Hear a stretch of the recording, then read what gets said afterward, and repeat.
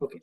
Good evening, guests and fellow Toastmasters. A warm welcome to the Gabbys special meeting today, and that is Speech Marathon.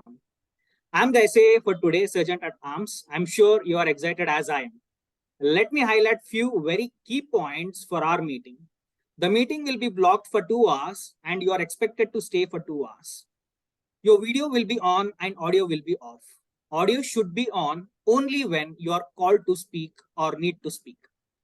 Regarding the topics of sex, religion, and politics, even though Toastmasters International does not put any restrictions on speaking on these topics, at the Gabbys Club, we request all speakers and role takers to be mindful and responsible and abstain from expressing any controversial views on these sensitive topics. Also, I urge you to be cognizant of the fact that we as a club practice diversity and inclusion in letter and in spirit. Hence, ensure there are no sexist, racist, or any such undertones which create hostility and discomfort for members or guests. So this meeting is being recorded and would be streamed on social media channels. If we don't have any consent for the same, kindly mention it to the Zoom master to pause the recording during your speech. We won't be able to edit the video once it is published on social media platforms. So now, let me call upon the Toastmaster of the day, that is Toastmaster Sudharma.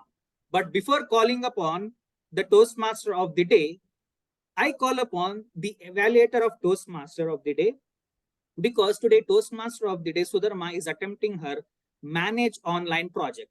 So now I would like to call upon the evaluator of Toastmaster of the day, that is Toastmaster Dhwani Adesara.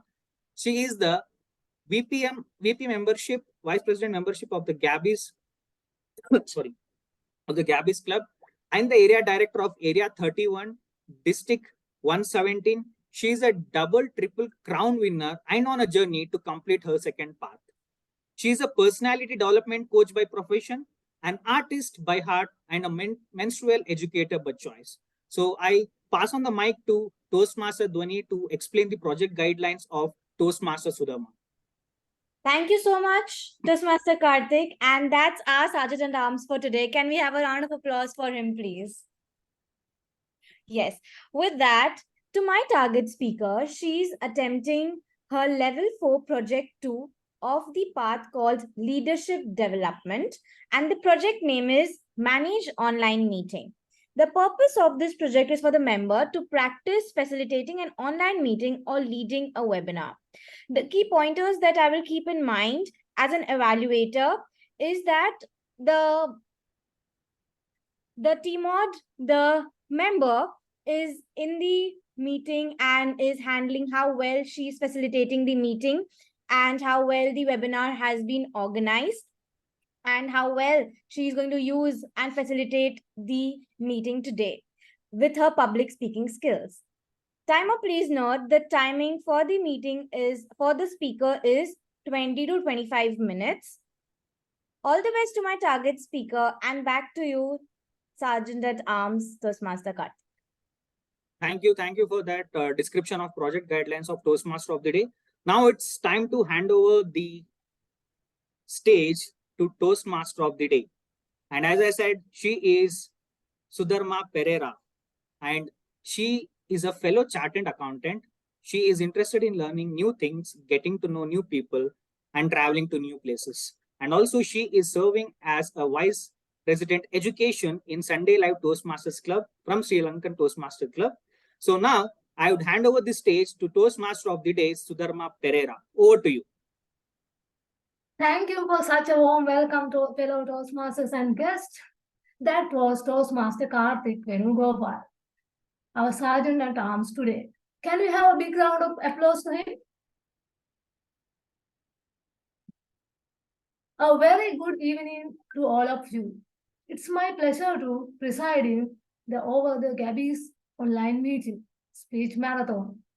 I would like to welcome and acknowledge the presence of all the guests and guests to our meeting. Dear guests and visiting Toastmasters, we appreciate you joining us due to joining us. Due to limitation of time, we won't have an opportunity to have each of you to introduce yourself, but we would love to know you. I would urge you to use chat function to share a brief introduction of yourself. We will ask you to share your feedback at the end of the meeting.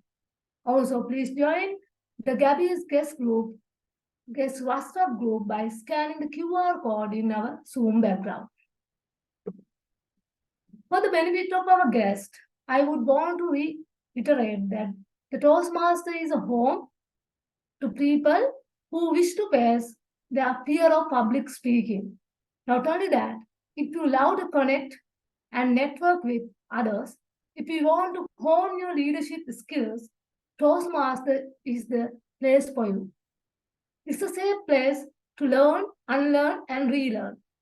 We are proud to carry forward this 100 years of legacy, which is spanned over 100 plus countries. For the benefit of guests, I would like to explain the structure of the speech marathon. In a regular Toastmaster meeting, we have 3 sections: prepared speech section, table topic section, and evaluation section. But today, as we have speech marathon, we have only 2 sections. First one is prepared speech section, second one is evaluation section. To help me today in this speech marathon, I have a timer. Today our timer is Toastmaster Smriti S. Mohanty. Toastmaster Smriti is an MBA graduate and certified soft skill trainer. She has 8 years of experience in B2B corporate sales. Toastmaster Smriti, please explain your role. Thank you, Toastmaster of the Day. A warm welcome to the members and dear guest. As a timer, today I will time the formal speeches and evaluations. I'll alert each speaker of their time by reflecting the color cards, which are green, let me just get yellow, and red.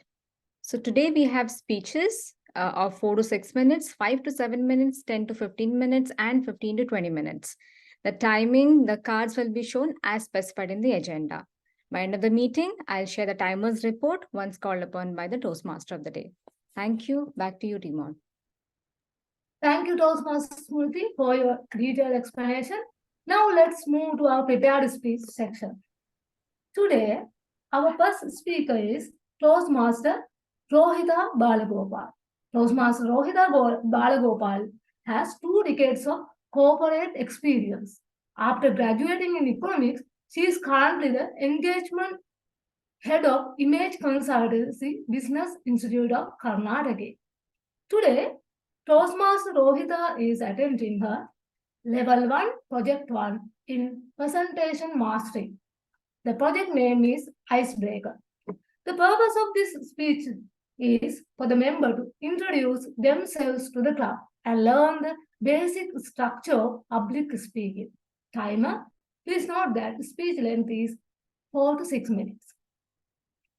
This speech will be evaluated by Toastmaster Manandi Anupama. Toastmaster Rohita Balagopal. Every end has a new start. Every end has a new start. Toastmaster Rohita Balagopal.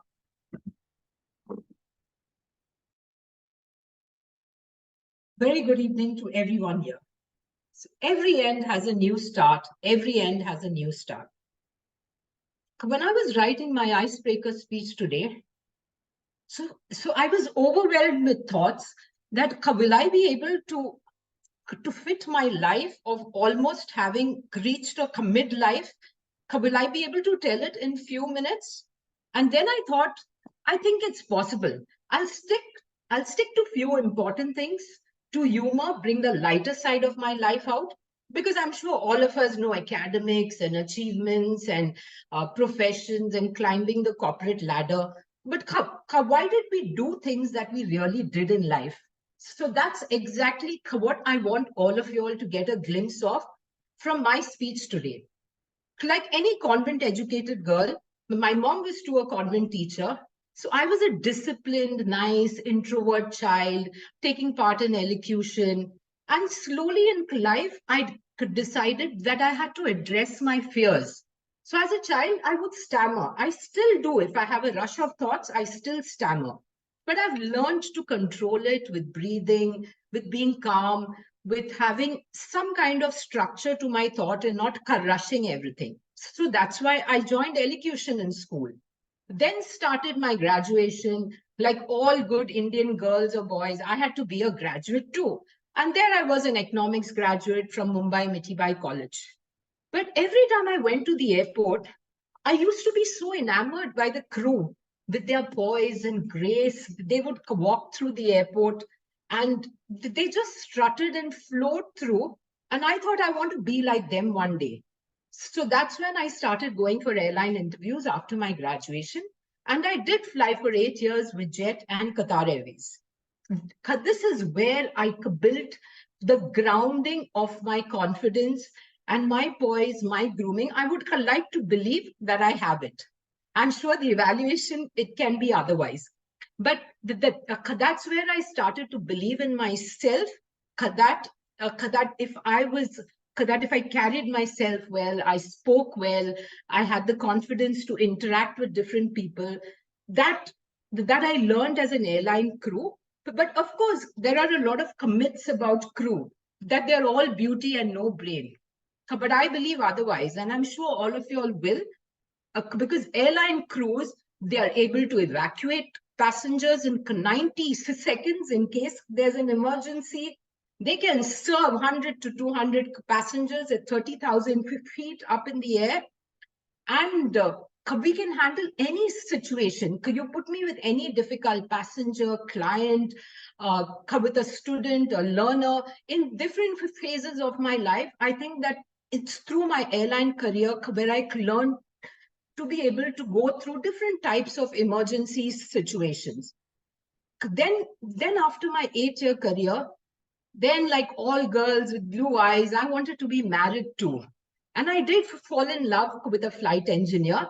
So there's always an advantage when there's a light load. So that's when crew get a chance to talk to pilots or engineers. And I did that too. And I found my husband.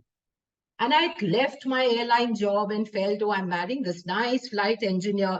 I'm going to join him in a new country. But this was the end of my airline career. But was it a fresh new start?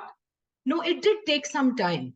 Actually, in the 2-3 years that I became a homemaker, my self-confidence from here did plunge down. It didn't come down. It did come down because I started to get too entangled into the household chores. I started to lose my self-confidence if I would be able to work again. But then I was back again. I started to give interviews, and then I had to find a completely new career. I knew only to work at 30,000 feet up in the sky. But now I wanted to work in an office where I had to use a computer, I had to work with Excels, I had to do reviews. And with my confidence somewhere buried inside, it did come out in the interview when I sat in front of a panel of Mariko and Kaya, and they were looking to start a new clinic in Oman. And I actually went in with very low self-esteem, thinking that I would only be a customer executive there. But with the confidence that I had deep inside, I realized that whether it was a passenger or whether it was a client at Kaya, it was the same. I had to just deliver premium quality service. And that's exactly what I promised in my interview. And I landed the role of the manager. I worked with Kaya for 12 years. It was an amazing experience again, because to work with a brand, to be trained with them, and to get opportunities for business development, for sales, to manage the medical, the quality control, was all a learning. But that again came to an end. After 12 years, I decided again that I had to focus on my children. I was missing out on my growing children. So that's when I decided to leave my corporate career. And I decided to do a business program in image consulting and soft skills. So I took the full circle around where, having been trained by trainers, I decided to be one myself. But that wasn't easy, to leave my corporate career, to not have an ATM that got loaded every time from your employer. I gave up all that freedom to get into studying again. But was that a good end and then a sweet start? Yes, it was. So I moved to India. I did join the Gabbys when the Gabbys was chartered during COVID. And that was a learning. I learned again. And here I am working. Here I head the image consulting and the Soft Skills Institute. And I say that to end my icebreaker speech, that to every end, there is a beautiful start. So it's important to keep your hope alive and remember that. Thank you very much. Thank you, Toastmaster Rohita. It is a wonderful speech and it is, I said, yeah, every end has a start. Now I request everyone to give a standing ovation to Toastmaster Rohita as she is delivered her icebreaker speech.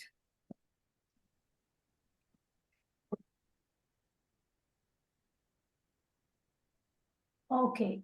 Now our second speaker is distinguished Toastmaster Sourav Dutta. Distinguished Toastmaster Sourav Dutta is the Vice President, Public Relationship of both Gabbys Toastmaster Club and Online Club. He has achieved 2 DTM awards, 3 Triple Crown and completed 9 paths. Today, he is attempting his Persuasive Influence Path, Level 1, Project 1, Icebreaker Speech. The purpose of this speech is to members to introduce themselves to the club, learn the basic structure of the public speaking. Timer, please note that the speech length is 4 to 6 minutes.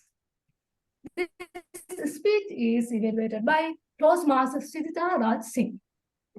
Distinguished Toastmaster Sourav Dutta.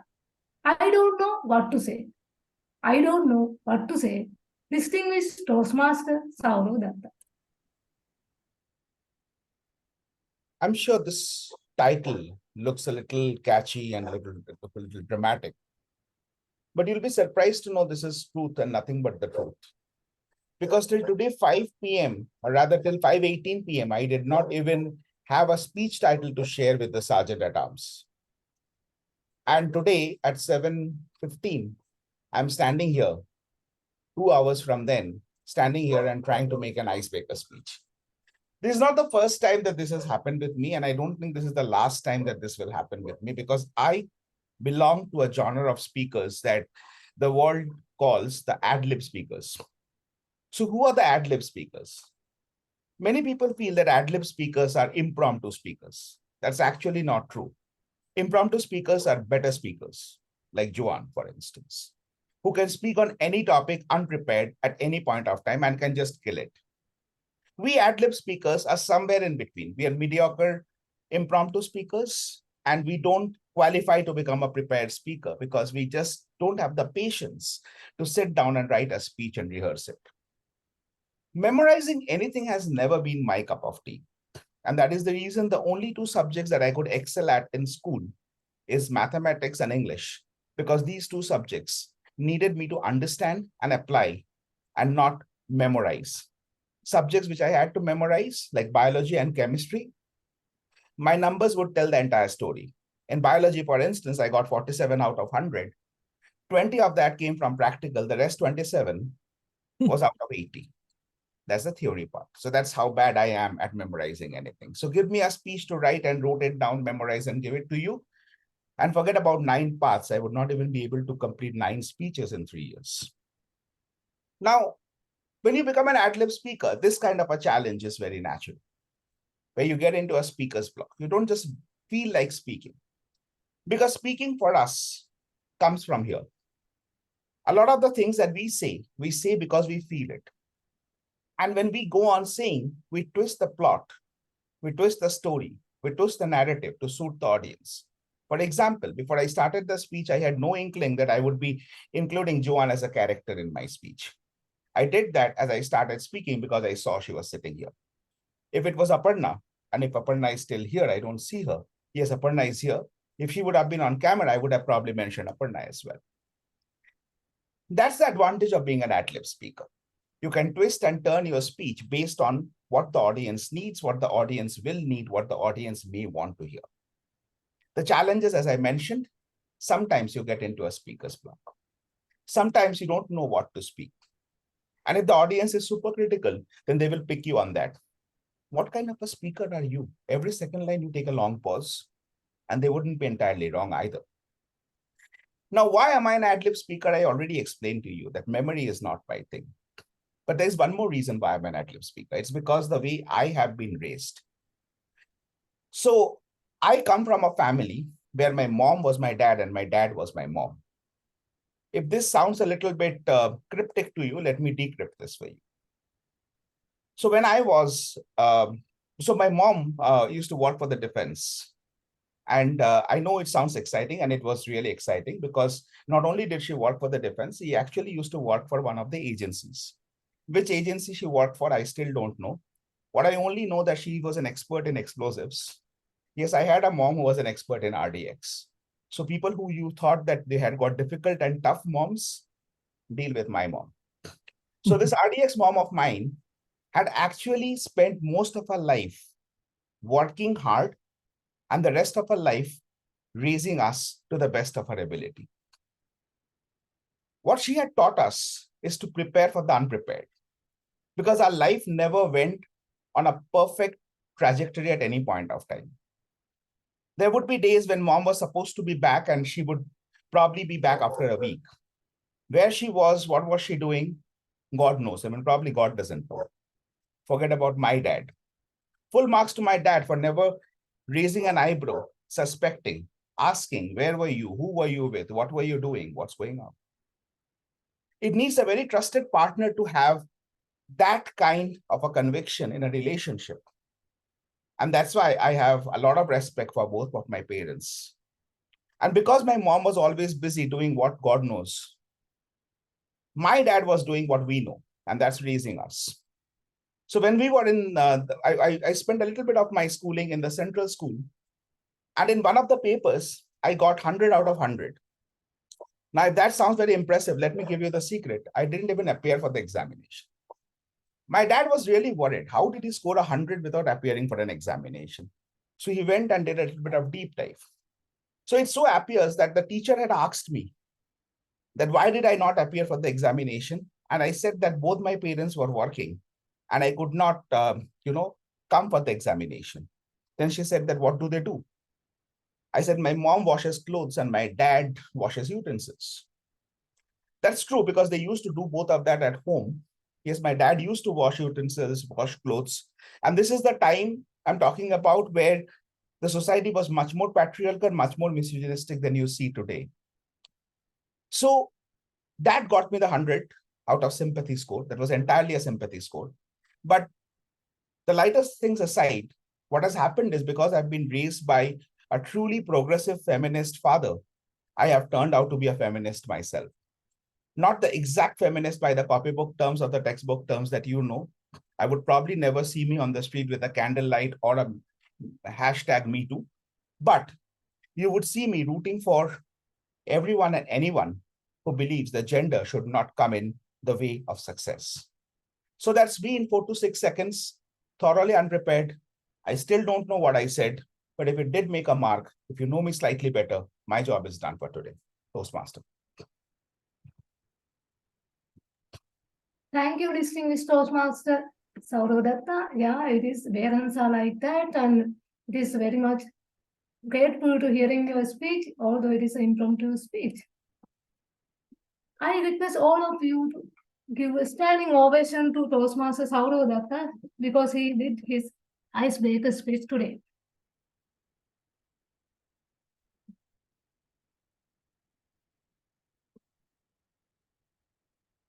Now let's move on to our third speaker, Toastmaster Shilpi Tiwari. Toastmaster Shilpi Tiwari is HR by profession and certified neurologistic programming practitioner.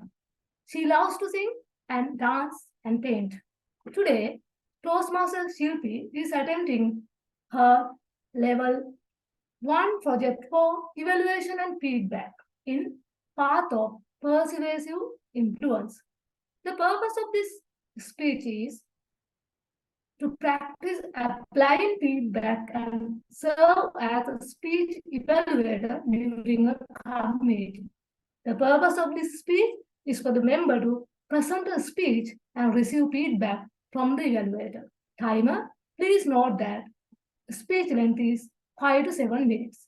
This speech will be evaluated by Toastmaster Sanjay Jain. Toastmaster Shilpi Tiwari. Emotional quotient. Emotional quotient. Toastmaster Shilpi Tiwari.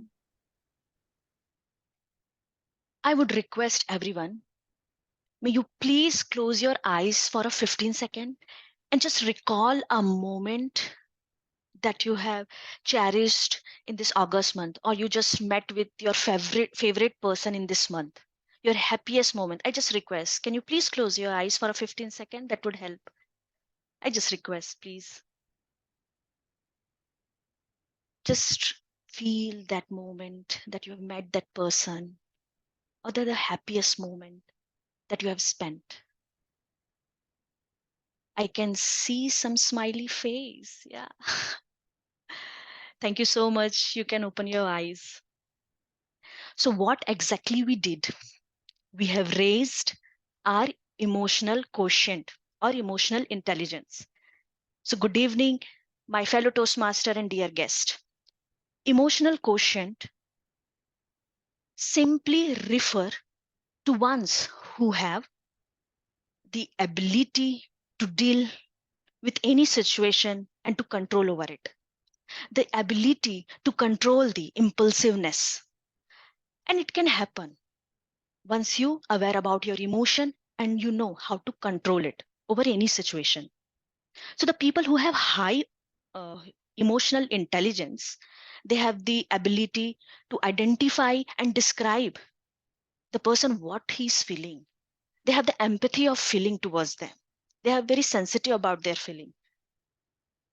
They embrace change and they aware about the improvement they are doing. So there are 5 categories of emotional quotient: self-improvement, self-awareness, self-regulation, social awareness, empathy, and human managing skill. So let us sample emotion. So if I am angry and I have a good EQ, so I know I am angry. That is self-awareness. Second, self-regulation. I know I am angry, so I can control it. That is self-regulation. And third, social awareness. Suppose my mentor, TM Karthik, has yelled at me. So what can I do? I'll control myself. I'll control myself and I know how to conduct myself. Then fourth, empathy. My mentor has yelled at me. I need to understand he must have had bad day at office or work. Then last, human managing skill. We should know how and why this anger is come out of the human and to eradicate. Let me tell you an incident. I was going for a walk. I met one of my uncle after a long time. He was sitting and just reading a newspaper. We were talking and he was telling me about his life experience. We were into deep conversation. Suddenly one car rushed out of the parking space and it missed by inches by hitting my uncle. And that person just wiped out his head and yelling at us. And showing angry face. And my uncle smiled and just waved that guy. I was shocked. How he can do like that? I asked him, what you have done? This kind of a stunt will take you straight away to the hospital. Then my uncle taught me a lesson. I called law of garbage truck. He explained me, everyone who are here, they have a garbage. The people who are moving around us, they have the lots of garbage, lots of disappointment, lots of anger, lots of frustration. And they need a place to dump it on. So somebody will dump at you. So what you need to do? You don't allow them and just move it on. Don't take it personally. Bottom line, successful people never allow anyone else garbage over them. They just move on. Or you can take one more example, like if you stand in the grocery shop queue to pay a bill, we mostly have seen a chocolate one in the counter. Impulsively, we buy it to just munch. This is also a impulsiveness emotion, example of impulsiveness. And I would like to give you one more example on that. Suppose your house is in the fire. What will you do? You just think, this is the only fire. What will the consequences? Or you just search and evaluate where is the thing started, and you jump into the building and you save your family.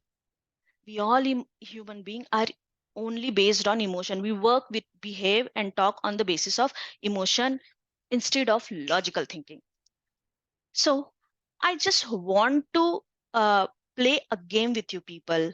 I want to share my screen and I'll show you some actors' faces. You just tell me which one, according to you, have the high EQ. Let me know if you are able to see my screen. Please, I request if everybody will participate, that would help me. Can you see my screen? No. Am I Okay. now? No. Okay. Now? No. Do you have sharing facility? Yes. No. You can ask the host to enable. Yes, she has the sharing right. Now, are you people able to see? No. Okay, leave it. I'll just ask you through over the verbally. According to you, Salman Khan and Shah Rukh, who will be have high EQ? If you participate, I would love it. Sushmita Sen and Kareena Kapoor. Sushmita. Sonu Sood and Hrithik Roshan. Sonu. Ritik. Sonu. Okay, good. So, Sara Ali Khan, Ananya Pandey. Sara Ali Khan. Yeah. So, friends, life is too short to regret. I mean, once you wake up in the morning with regret, so just love the people who treat you right and pray for the people who don't. So that's all about from my side. Have a garbage-free evening. Thank you all. Thank you, Toastmaster Shilpi. Yeah, we should not let others to drop garbage on their mind to us. We should avoid with self-awareness and self-regulation. Thank you for your message. Our speaker two is Prabha Yuhaniwal. She is a product manager by profession and is a fun-loving, ambitious, and sporty person. She loves exploring new places and immersing herself in different cultures to traverse. Today, Toastmaster Prabha is attending her Level 1 project for evaluation and feedback in dynamic leadership part. The purpose of this project is to practice applying feedback and serve as an evaluator during a club meeting. The purpose of the speech is for the member to present a speech and receive feedback from the evaluator. Timer, please note that the speech length is 5 to 7 minutes. This speech is evaluated by Toastmaster Zahra Mazrook. Toastmaster Prabha Yuhaniwal. Unwary disruption and complexity. Unwary disruption and complexity. Toastmaster Prabha Yuhaniwal. Am I audible? Yes, you are audible. Knock, knock. Who's there? ChatGPT. ChatGPT who? ChatGPT, careful, you may not know how it works. Ever since ChatGPT is made publicly available, it has been exploited in every possible ways. And now everyone seems to be talking about AI these days. AI has already been turning our worlds into sci-fi movie sequel, managing shopping recommendations, rocking out streaming apps, chauffeuring self-driving cars, bossing around smart assistants, and even giving our homes a dose of genius. But with the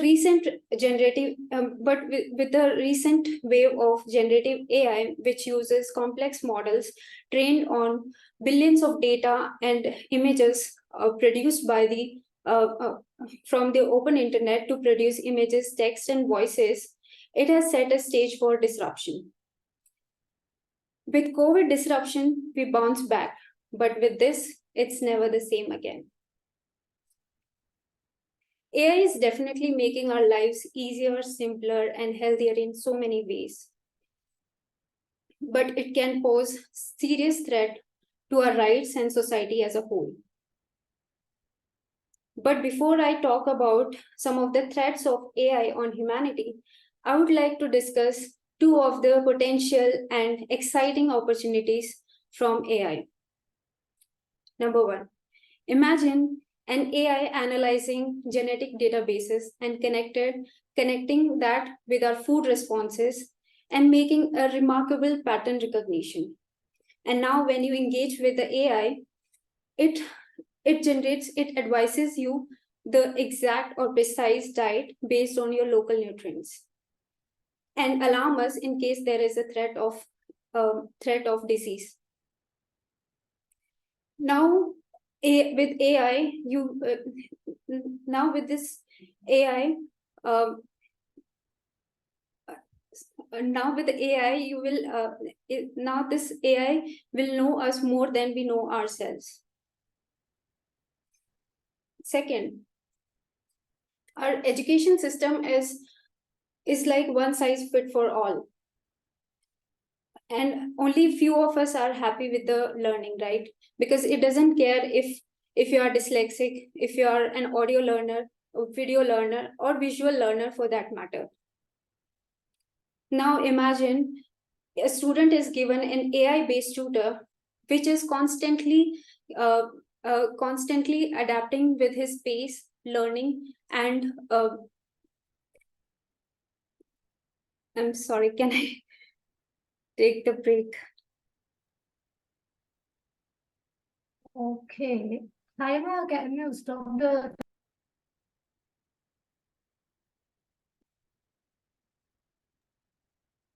Toastmaster Prabha? Would you like to restart or what is your suggestion? Yeah, I would.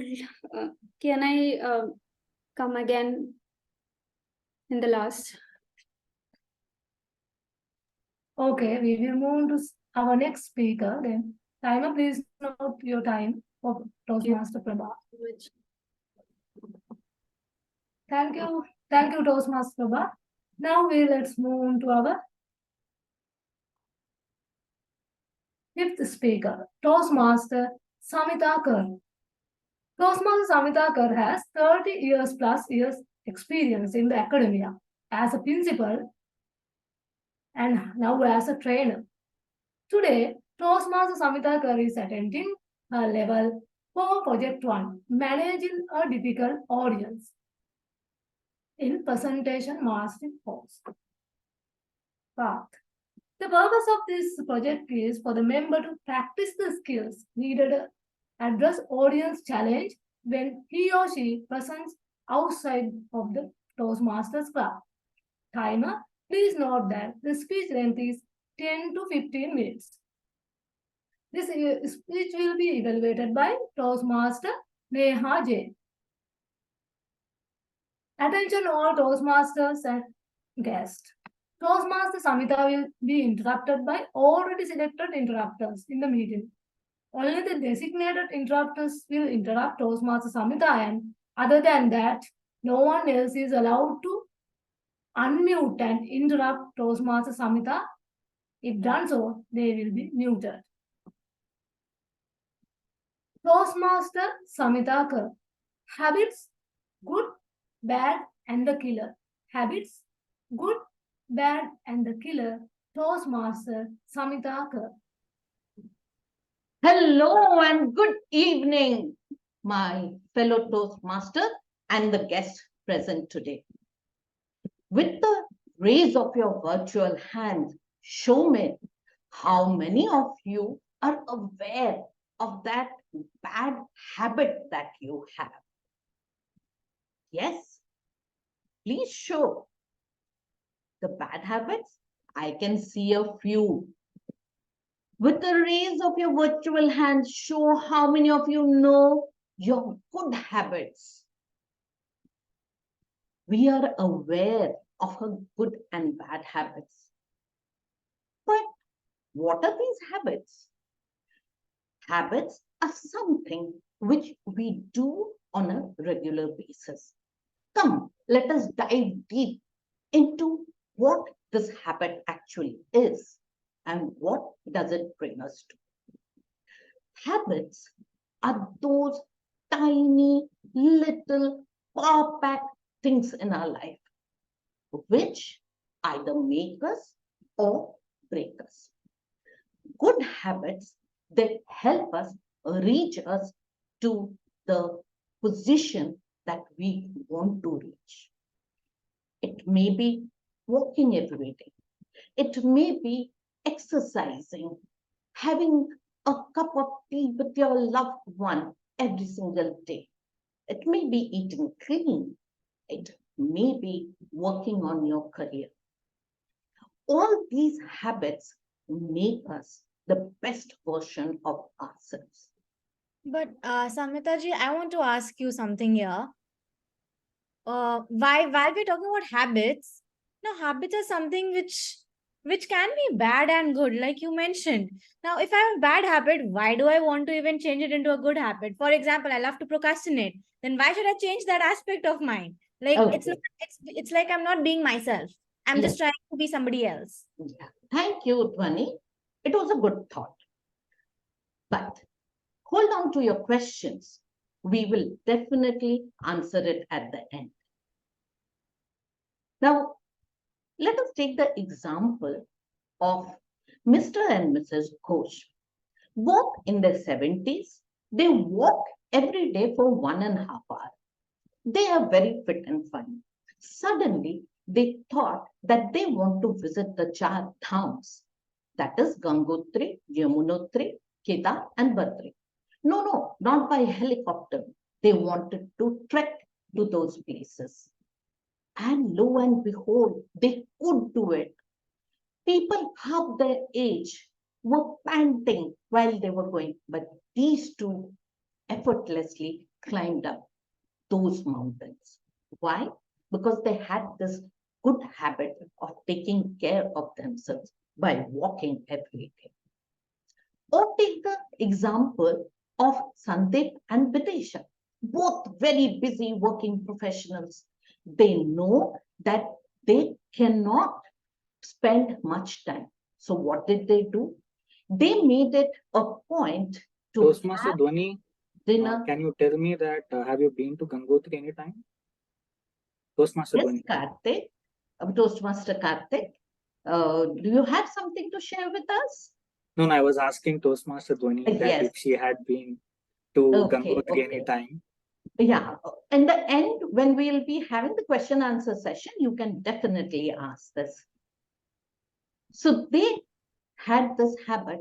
They used to sit for dinner together with the family and extended family. In the dinner table, the mobiles were put on silent and the TV was off. They bonded over the food and the discussions that they had. This led to having mutual understanding. This led to having a good relationship. Communication was free flowing. On the other hand, the other habit, the bad habit are very stealthy. They come into a life and start like a termite, destroying whatever we have built. The moment we understand, we realize, it becomes a little too late. Bad habits can be in form of procrastination. It can be mindless eating, watching serials. Master Samita, I have a point to make here. In so many circumstances in our life, our habits are determined by our past experiences and the circumstances that we've been through and the environments that we are in. And in so many cases, we have no control over them. How about we also talk about how to edit the environment or how to change our environments in a way to be able to give us good habits? Yeah, that was a good point of thought, Srijita. I will ask you to hold on to it, and maybe by the end of the session, you will be getting your answer. So hold on to your thought. Thank you. So now, when we talk of bad habits, there are various bad habits that can be picked up. Take the example of Sonia, brilliant student, good grades, got a great job. Only negative thing that she had was her habit of procrastination. She was a smooth talker too. So when she joined, whenever she was getting a project, she used to wait till the last moment and talk her way through to ask other people to help her. And in the end, submissions were always late. In fact, her work was also shabby. The management spoke to her, gave her a fair warning, but one day she lost her job. The moment she lost her job, she started drinking, eating mindlessly, and blaming everyone around her for her misfortunes. She had all the quality in her to become the best version of herself. But sadly, she could not do so. And now coming to the killer habit. Does it kill? Oh no, it doesn't. The killer habit kills only one thing, and that is the competition around you. There are only 4% people in this world who has this habit, and they rise like phoenixes. This is the secret sauce for going to the top. Sunil Chhetri, the captain of Indian football, my favorite. Karthik, you love sauces, right? Yeah, I love sauces. Favorite Tomato sauce sauce. is Tomato. it? So I can't imagine pizza without tomato sauce. Yes. Oh, I totally agree. Toastmaster And Dhwani. So especially Karthik says that don't call me sir or boss, just call me sauce. That's his Yeah. favorite. Oh, Yes. Toastmaster I mean, Because, Dhwani, to Toastmaster me, I Karthik. totally love that hot and sour and hot and chili sauce. It's just so tasty. It adds-ons to every But you food know, that- Dhwani, I don't Joane, think it's good to have what- sauce. What's the point of having a Toastmaster sauce? Joane, Yeah. can you contribute The sauce something really adds on to regarding the the food. killer habit? sauce is an essential part of everything. It adds flavors to everything. So it is important. No, Yes. it's not important. What if the dish is tasty? Why do you need to add sauce? Yes, it's a lovely Yeah, the conversation dish will going get on. more tasty. Toastmaster Dhwani and Toastmaster Karthik. It's lovely, but we would love Toastmaster Joane to say, what does she think of a killer habit? I don't know, Toastmaster Samita. Why don't you tell us? Yes. So the killer habit, like I was saying, Sunil Chhetri had this in him, that in a cricket crazy nation, I will be playing football and I will go to the top level. Today in the world, he is the third top scorer of international goal, just behind Ronaldo and Messi. Even our ISRO scientists, they had this audacious belief in them that they could send a craft to the moon. Low pay, low budget, and technology which they didn't have, they had to invent everything with the world watching them. That was the pressure. But when they actually did it, they were applauded by the world. When Sunil Chetri had actually gone to the top, people took notice. These people have very simple lifestyle. Practice, eat, sleep, and practice and repeat. That is Toastmaster Samita, what is this killer habit that you're talking about? You're just giving examples. I mean, whatever you spoke till now, I've read about them all over. But then again, it's the same thing, right? Like what's good, what's bad. What is the killer habit you're talking about? Yes. You're just giving us examples. No, you will know what a killer habit is. But it's all Just hold on to it. Just hold on to it. I don't understand where this speech is going, Toastmaster Samita. What are you trying to teach us? Please enlighten me. Yes, please hold on. You will get the answer. The killer habit is all about having determination, dedication, discipline, and a touch of audacity to dream where no man has gone before. That is where you start working on it. Now, how can you develop this? Sorry, Toastmaster Samita, I have to disagree because determination, discipline, these are not habits, these are values. Determination is a value, discipline is a value. How do I bring in determination in an action? That is where the habit forms. So I think you are not well informed in this case. I'm sorry to say so. What is a habit? What is the killer habit? Can you give me that actionable habit that you're talking about? Yes. So, Toastmaster Joane, I will be coming to you a little while later. Please hold on. Now, this question comes to us that these killer habits which take us, how do we get them? How do we achieve them? Definitely, something which we do for a 21-day period becomes a habit to us. But how do we select that? First is having the bigger picture in mind. Where do you want to reach? Second is breaking it into smaller, bit-sized pieces, something which is achievable for you. Third, you have to find out what is that skill or habit that you want to inculcate that will take you to the bigger picture. And the fourth is that finding out what are the objections that you will be having while you are inculcating that habit. If we take the example of Soumya, she had everything going for her, but she did not have the bigger picture in mind. That is, she wanted to rise in her career. If she had that, she would take the bit-sized pieces of all the projects that was given to her to do to the best of her ability. If she knew which habit she had to inculcate, she had the bad habit of procrastination, which she should have adjusted and made sure she's more productive every single day. The moment the project came to her, she should have worked on it. The next thing is that if you are not having that technical knowledge or that particular knowledge which can elevate you to the next level, you have to schedule for it and learn that. Go evaluate all that you have done and see that if you can tweak something to make yourself elevate to the next level. And if I'm sorry, Samita, I'm still waiting for my answer here. You said you'll talk about the killer habits. I still didn't find it. Like, what are the killer habits you're talking about? You're just telling me how to do things, but how do I inculcate a good habit?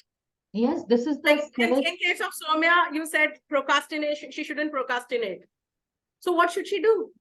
What is the killer habit that Soumya should use? That is what I told you. The 7 habits. She should have looked at the bigger goal, then made the smaller habits. Then that's not a habit. That's goal setting. That's goal setting. You're telling me to set a goal, but that's not a habit, right? Like I set a goal. Now what to do? When you set a goal, that is the time you realize which habit you are picking up. Now, since she was procrastinating, that was the bad habit which she had to focus on. And that bad habit, she would be solving by doing her work every single day whenever the file came to her to work on that file. So now you're telling me that I have to set a goal to find out what my good habit is. But you didn't tell me this before. So the key to a good habit you're telling is set goals. Is that how to have a good habit? The goal is the bigger picture. The goal is the bigger picture. If you have a bigger picture in mind, you will settle down for the habits that will take you to the bigger picture. And we should always remember that we as human beings have the capacity to dream, to evaluate, and react. So when we are dreaming of achieving something higher, we have the capacity to go back and settle ourselves. Our life is like a train. We can either drive it like a bullet train or we can go off track. The choice is ours. Over to you, Toastmaster of the day. Thank you, Toastmaster Samita Kar. Yeah, we should have a bigger picture and we should go back and settle down our habits. Thank you for your message and task. Next, our speaker 6, Toastmaster Shefali Singh. She is a certified coach, soft skill trainer, and image consultant.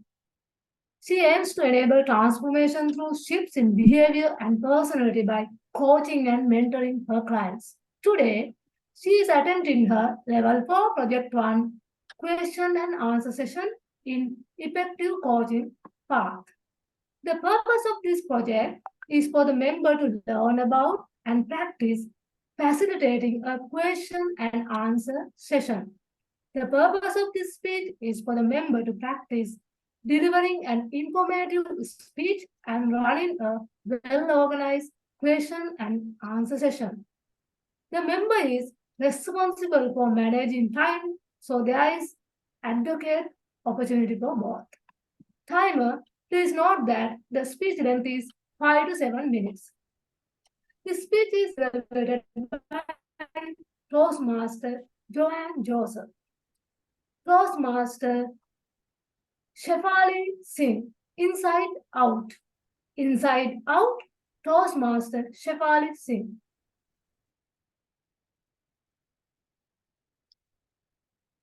I am not a spontaneous person. Making plans on the fly makes me so anxious. Sometimes I feel defensive. And my answer is going to be usually no. Does this happen to anyone else? You could give me a show of hands or a thumbs up if anyone else has this anxiety when there are last minute plans. Okay, all right, I do see some thumbs up, thank you.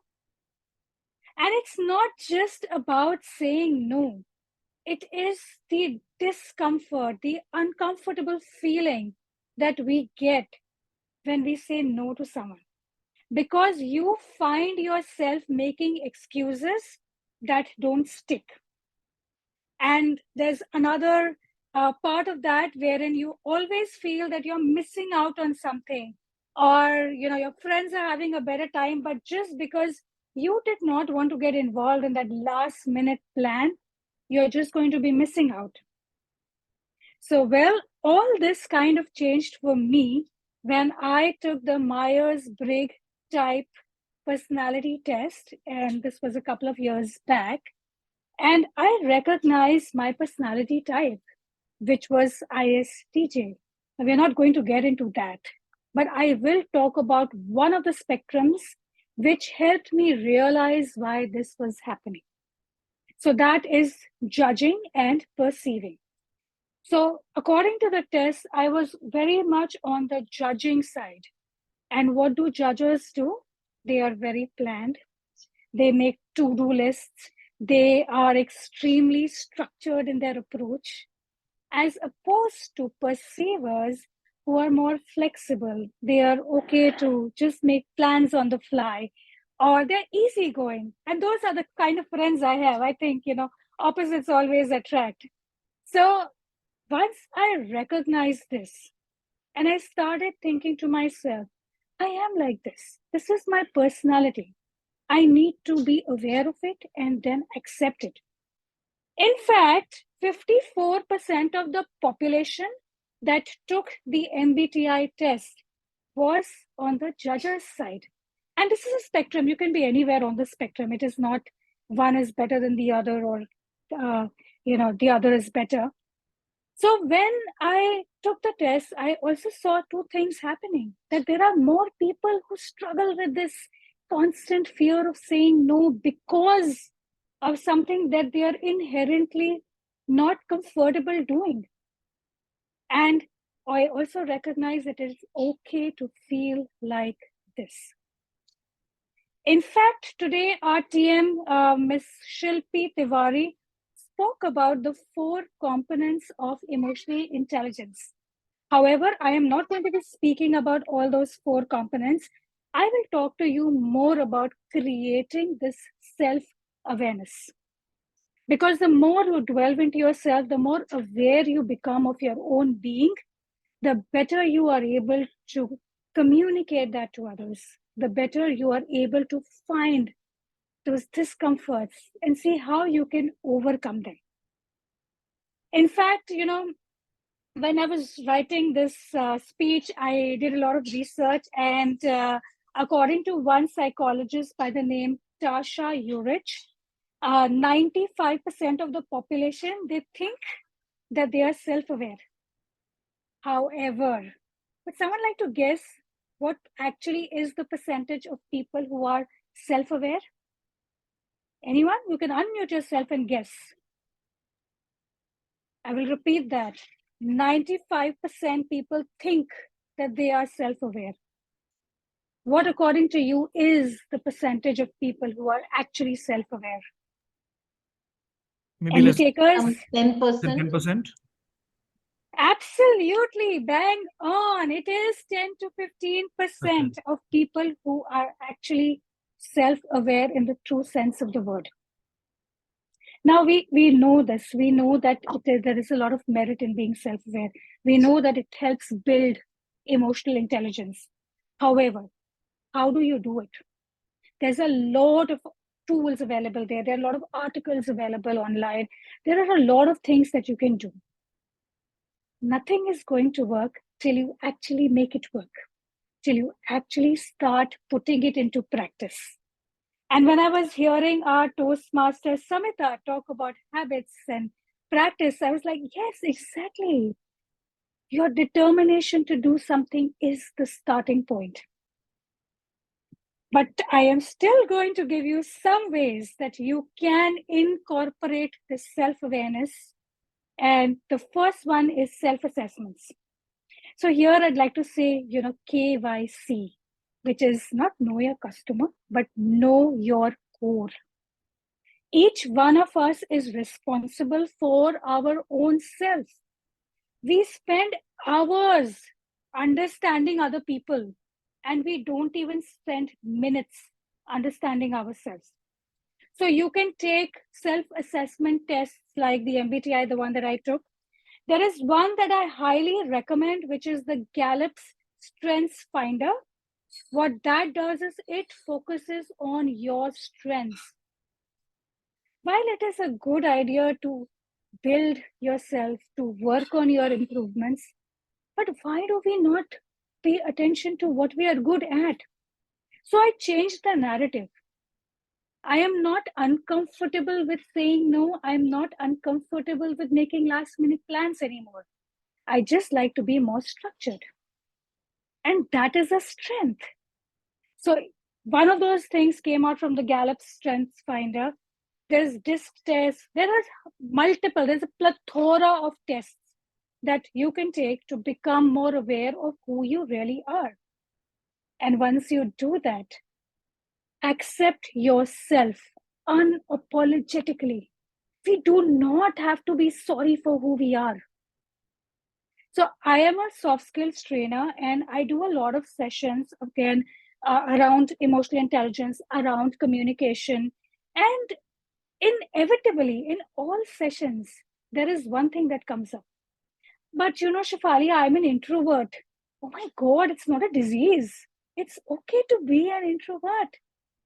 Introverts just get energy from inside, as opposed to extroverts who get energy from others. So when you accept yourself, you stop apologizing to others for who you are. second tool that I'm going to give you today is journaling. And I know, before you say anything, there is a lot of talk around journaling. Everybody knows, everybody has a diary, everybody wants to write down. No one does it, right? Discipline.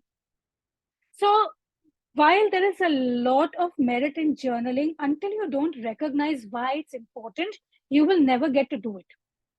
So whenever you are journaling, and start with a small, start with 5 minutes, start with 10 minutes, write down what was good about your day, what could have been better. When you start writing your thoughts, when you start writing about your struggles, when you start writing about what caused an emotional trigger in you, over a period of time, and that is why it has to be done consistently every day, over a period of time, you start seeing a pattern. So when this happens, this is how I react. When this happens, this is how I react. So I'll give you another example. Like, I am a stickler for time, right? I will always reach half an hour early everywhere, and I don't mind waiting there, but I'm all stickler for time, because the minute I am getting late, it makes me again uncomfortable, anxious. So I have completely done away with that feeling. Now, when somebody comes late, because time is a value for me, it's a trigger. How can you not come on time? I mean, it's one basic thing. And now I recognize this. I have started dealing with this trigger. It was through journaling that I realized it's not the person, it's the behavior. So start journaling. When you start seeing those small shifts in your behavior, start appreciating that. Say, okay, I'm doing something right. Good for me. And give yourself a pat on the back. The third tool I'm going to give you is to take feedback. Again, this is not performance feedback. Please do not go to your manager and say, okay, how am I doing? No. When we talk about this feedback, it is to understand your blind spots. And we all have them. So go to someone who you trust, someone who can be non-judgmental, someone who can listen without adding their own experience to it. Another factor that you should consider when taking feedback is, don't go with a general statement. Hey, what do you think about me? Hey, what do you think about my behavior? It's very general, right? No, we don't do that. We go with a particular incident. This is what happened. This is how I reacted. I want to change this behavior. What should I do? And that is where coaches come in. So, of course, you can go to a coach who are beautiful accountability partners, non-judgmental. They'll give you that space to explore how you can build on that shift that you're looking for. The fourth tool, and this is the last one I promise, is to meditate. Again, it's an age-old tool. Everybody knows meditation makes you better. It connects with you. You connect with yourself. Still, we are not able to do it. So, again, I wanted to share this beautiful story that I recently read. And this story is called The Young Monk and the Empty Boat. So there is this young monk who is just starting off on his journey to become a monk. And he is, in the monastery, and he's supposed to meditate. The major part of the day is to be spent on meditating. And whenever he goes to the place designated for the meditation, he finds himself constantly getting distracted. It could be the sound of the birds. It could be the humming of the bees. It could be the footsteps. But he is constantly getting distracted. And he's not able to meditate, which is the opposite of what he should be doing. So he goes to his master, the master monk who has got the Zen, and he's become a pro at having the best meditating techniques. And he goes to him and says, I'm not able to meditate. So the master asks him, okay, what's happening?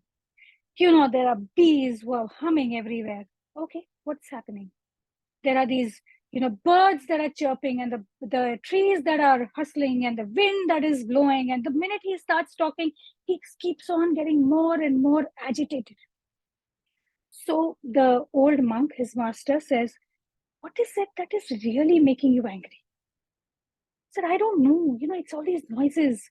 I mean, we are supposed to be quiet, and when you're meditating, you can't have so many noises around you." So the monk says, "Okay, think about what is it that is actually making you angry." So he says, "Okay, maybe it's the monastery." He goes outside the monastery, sits under a tree, starts meditating again, does not get any results. So one day, when he's walking, he's exploring, he's very upset with himself, negative talk, self-criticism. You can't do it. It's not your cup of tea to meditate. He sees a lake, a big, vast lake. And near that lake, there is a boat which is tied. So he thinks, okay, you know what if I do this? I'll take this boat and I'll go to the center of the lake and I will meditate there. So, there will be no noises there because it's the center of the lake. Who's going to come there, right? So he goes there and he succeeds in meditating. He's like in his zen and he's able to do what he's going to do. And it goes very well for him. He's very happy. So this goes on for a couple of days and he's found his place. He's found the place he wants to go and meditate. And he's extremely happy with his progress. Now, on one such day, when he does go to meditate again, he's sitting in the middle of the lake, meditating in his Zen form. And all of a sudden, he hears some noise. So he opens his eyes, who's there? Who is this person who's, disturbing me through my meditation? And he sees there's a boat coming towards him. And then he starts screaming, "Hey, don't come, you're going to bang into me. And, you need to steer away from my boat." And he's just, trying to stop that boat. And yet that boat comes and hits his boat. It smashes into his boat. He realizes that there was nobody in the boat. And then he realizes one more thing, that nobody is making him angry. The boat was empty. It was his own self-thoughts that were making him angry. And this is where we need to find our triggers. We find them through meditation. What is it that is really making me feel this way? It's a self-talk. You go within yourself, you introspect, and you hopefully find those answers. So at this point, I would also like to talk to you about, this book, which is written by Stephen Covey, which is, 7 Habits of Highly Effective People. I'm sure all of us have read it, right? And we all know what is the circle of influence and the circle of concern and the circle of control. So this is my mantra for all of you who are looking to build that self-awareness. Stop focusing on what is not in your control. Like that boat. That boat is going to come. There is going to be nobody to get angry at. It may be concerning you, but you can't do anything about it. The only thing you can do something about is your thoughts, the way you behave, the actions that you take, the responses that you take. And that comes from self-awareness. When you know why I'm feeling the way I'm feeling, when you know through journaling, if you've seen a pattern, you know how I can manage that feeling if it happens again, you are in control. And this is what we call the internal locus of control. You make things happen for yourself. Yes, we have bad bosses, sorry. Yes, we have bad traffic. Yes, these are things that concern us. They affect us. But because we cannot do anything about it, let's focus on us. Build our self-awareness. So now if someone asks me for a spontaneous plan, I do not give excuses. I just say the truth. Hey, you know what? I'm a bit uncomfortable making last-minute plans. why don't you give me an hour's time and I will just get back to you. Let me look at how I'm placed through the day. Or alternatively, can we meet tomorrow? So, would you like to discuss what have you discovered about yourself through self-awareness or any other way? Over to you all. The floor is open for questions.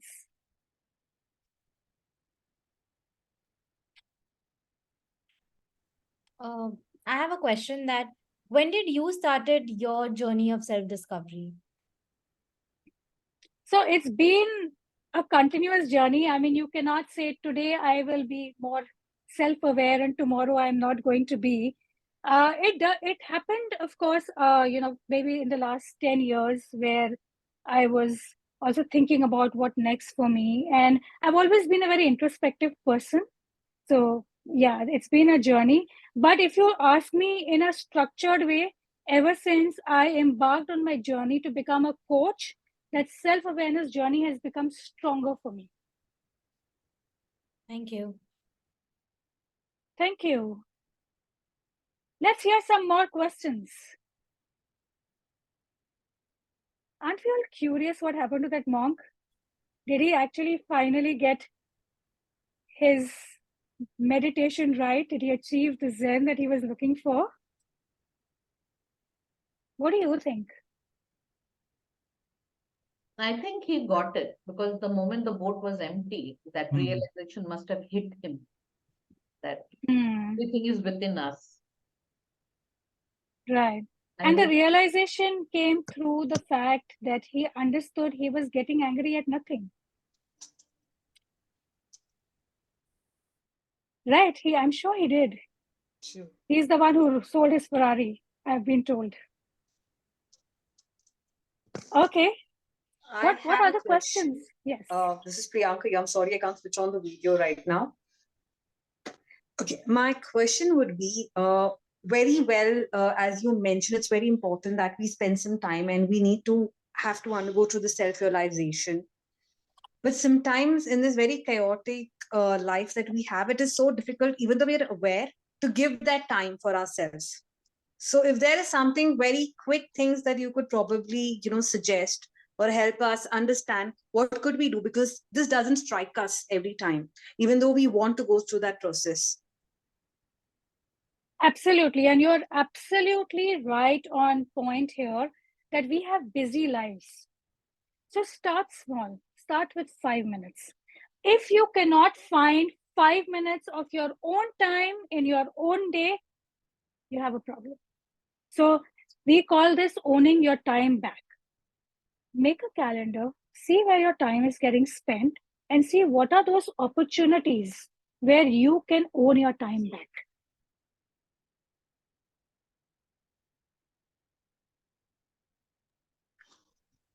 All right, I think that is, do we have any other questions?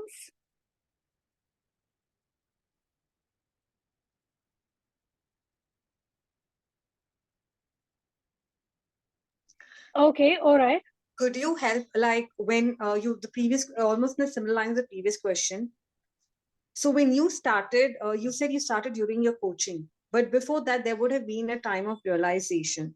So how much time did you spend? How did you start? I don't really remember when that button switched on for me, but like I said, it has been a continuous journey. So, like I said, there's been so much of introspection that keeps on happening, and you're always trying to find what next, and you're introspecting on that. So there is no button that you can say, okay, now from today I'm going to become more self-aware. I think also when you grow more mature, you realize that you need to give that time to yourself. So I believe that is the time it started. Thank you. All right. Thank you, everyone, for being such great listeners. That's all the time we have today for our questions. Please do get in touch with me if you have any more. Thank you. Thank you, Toastmaster Shefali. What I got from your question and answer session was First one, we should accept us without any unapologetic way. That means without saying sorry to ourselves, we should accept ourselves and we should start journaling. We should meditate and talk to someone who is like a coach, trusted person. I think I got the correct message. Thank you again. Now let's move into our seventh speaker, Toastmaster Bindhu Joseph. She claims her life as a series of accidents that have happened. Her future will involve a series of accidents that may happen. But none of this matters, and today she will tell you why. Toastmaster Bindhu will attempt her level 1 project 1 icebreaker speech in strategic relationship path. The purpose of this project is for the member to introduce himself or herself to the club and learn the basic structure of a public speech.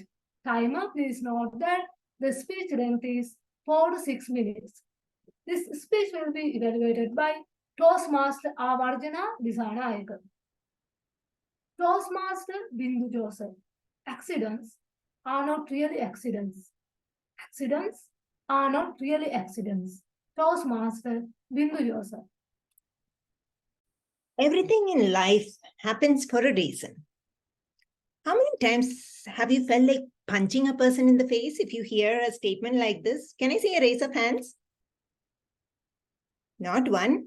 Oh, Gabbys have a lot of sayings. A decade or two back, I would have felt that way. Well, dear friends, fellow Toastmasters and guests, that is the philosophy of my life. Let's start at the beginning. The day I was born, well, I didn't actually reach up to my mother's aspirations. She was hoping for a pearly white, cute little baby boy. And there I was, definitely not a baby boy, definitely not pearly white, more of chocolate, and absolutely not cute. And to add insult to injury, I decided to come butt first instead of face first. And so she ended up in an emergency room at 2 a.m. for a C-section. So, was I an accident? Well, if you ask me that question today, I'll say probably not. For those of you who don't know me, I'm a radiation oncologist. I'm a consultant, a professor in a regional cancer center. Okay, make it simple, I'm a cancer specialist. Can I cure cancer? Absolutely not. But I have helped innumerable patients on their journey, given them support, and probably been a tool in that cure. And I'll probably continue to do so till the day I die. As a friend, you can trust me totally. I'm the sort of friend who will give you no-nonsense advice, only because I care. As a mentor, well, you could say I'm the sort of mentor who will probably get more joy and satisfaction from your achievements than you do. Now, if you talk about accidents, like I said, they just stud my life with incidences that have made me grow. Now, I could go on and on about accidents. I could tell you about the accident that made me a Toastmaster, but I'm going to reserve that for another day. And I'm going to instead go to my childhood and tell you about the accident that probably made me the doctor I am today. Flashback. I was 12 years old. And me, my brother, and my mother used to come home, me and my brother from school, and my mother, she was a college lecturer, at different times in the evening. Usually the sequence was my mom first, then my brother, and then me. For some strange reason or some series of events, my mom on one particular day just could not come in time. There was no way of informing us. Yes, Gen X, there was a period when you did not have cell phones. Well, what happened? My brother came first, and he was very upset. My brother was autistic, and he is used to, autistic kids are used to a routine, and they get very upset if there is any disturbance on the routine. So by the time I came home in the evening, well, I opened the door and I could see him running around the house, banging on any window that he could see. And believe me, for a 6-year-old, he held a solid punch. So I turned around to close the gate, and then I heard a crash and a scream. I turned around and I saw my brother. He was looking shocked, and holding his hand, there was blood pouring out of a slit wrist. And the scream, well, it was from my servant, and she was flat on the floor, useless. So I rushed, I took out my dupatta and I quickly tied it around his wrist, somehow dragged him to our neighbors and called an ambulance. Later that day, in the evening, when I was in the hospital, I overheard the surgeon who was suturing up my brother say that if she had not done what she had done, I don't want to continue the rest. She is meant to be a doctor. That put a seed into my mind. Maybe this is something that I could do. And the rest, well, the rest is history. So dear friends, fellow Toastmasters and guests, I now have a challenge for you. I want you to select any 3 personalities that you admire. It could be your boss, or it could be people related to your work, Hollywood, Bollywood, film star, sports person, politician, it doesn't matter. 3 personalities and Google them. Google their past. I'm sure you're going to come across some hurdles, some hardship, or some accident that you could just not imagine having happened in your own life. Do you think that these people perhaps would have learned from these accidents, gained strength from them, become wiser? Second part of my challenge. I want you to reflect on your own life, to the person you are now. Maybe to some bad incidences or accidents or hurdles, something that had happened in the past. Do you think that that might have changed you and defined you to be the person you are now? And the next part of the challenge, in future, if you do have a bad incident or something negative that you just cannot understand,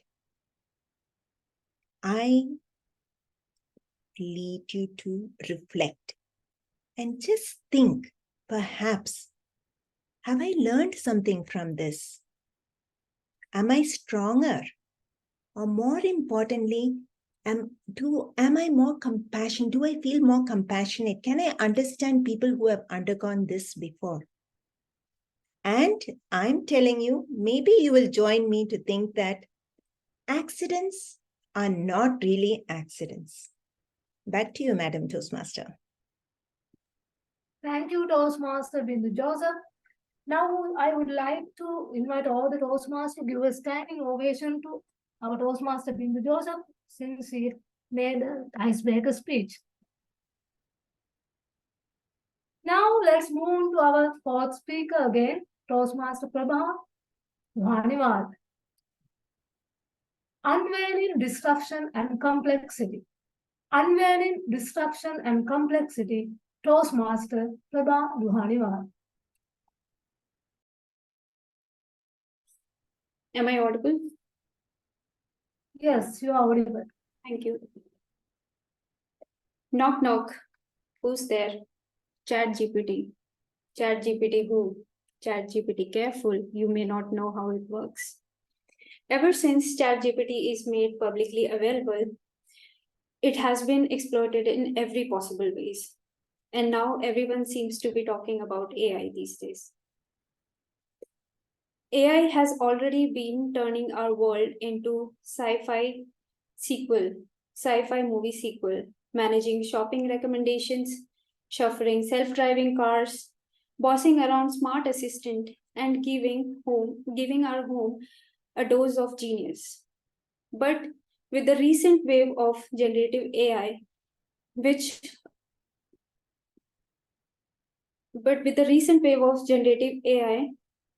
which uses complex models trained on billions of words and images from the open internet to produce text, images, and audio, has set a new stage for disruption. With the COVID disruption, we bounced back, but with this, it's never the same again. Surely AI is making our lives easier, simpler, and healthier in so many ways, but it can cause serious threat to our rights and society as a whole. Before I talk about some of the potential threats to our humanity, I would like to share two exciting and potential applications of AI. First is, imagine an AI is analyzing genetic database and connecting that with our food responses and making a remarkable recognition pattern.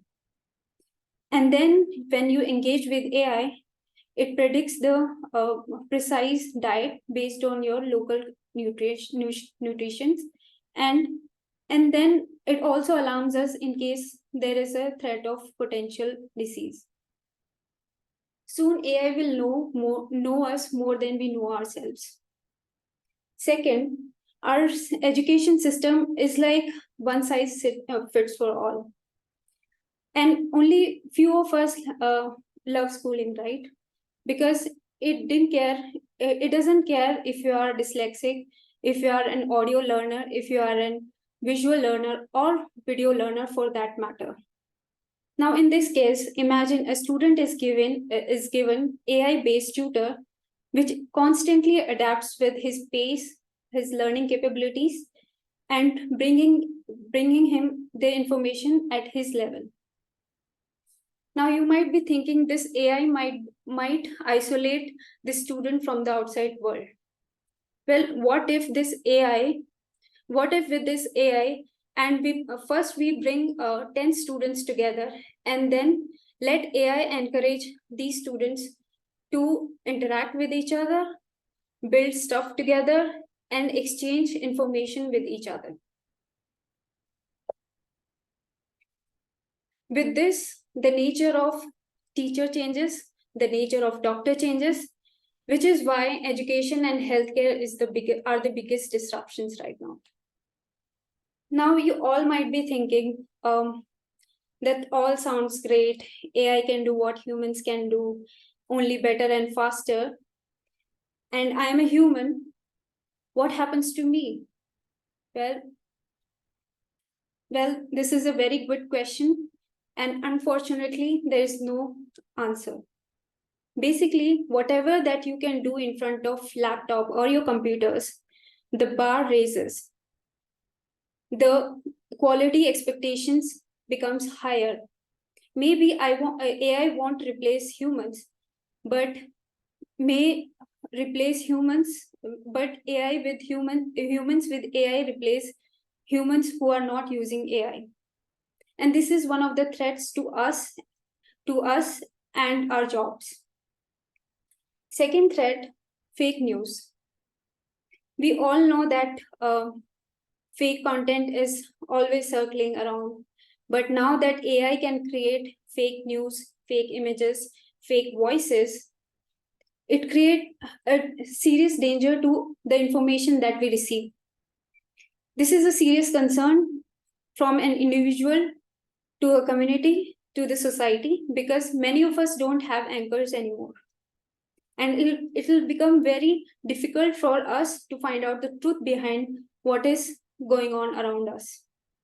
One of the examples that maybe you remember is when Facebook was manipulated to have an effect on 2016 election, back in 2016 election in US. Imagine the impact that they have on the people, right? Third, bias and discrimination.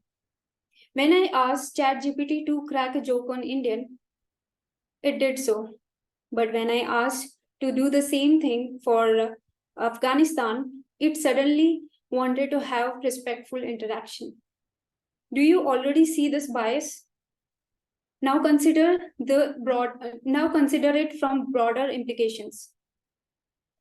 An AI unintentionally causing bias towards race and religion with skewed trained data, presenting complex ethical challenges. Fourth one and the last one is existential threat, which is a chance that AI becomes intelligent than us and take control from us. Then what happens?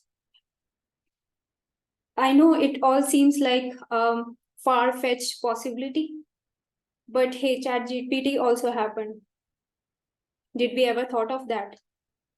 So there is a possibility that they can take over from us. So before the AI gets super intelligent, we can do empirical work, how it goes wrong, how it tries to take the control from our lives. Because we don't want to live in the world where AI is controlling us, right? Over to you. Thanks. Thank you, Toastmasters Prabha, for informative speech. And now I would like to move on to our 8th speaker, Toastmaster Diana. So, Master, please spotlight Toastmaster Diana. Okay. Thank you, Toastmasters, madam. I want to tell all you about in my life. When I started this club in 2023, my disability was very hard to speak in my mouth. I can use the chat box, write my answers, but I know use body language with my eye contact to screen my computers. I felt that nervous that speech contact. So what? I don't know to speak from the lot of people, and I felt upset that lost in the contest speech from Toastmasters at age. That my speech was badly inside. I think that speech as better this club groups on the Zoom. That stupid disability in all my life. People look me in the wheelchair or disability struggle and hurt so badly inside. The kids were bullied to me at the high school long ago. I cried in the restroom about 5 hours. Student give me a hug for feel better.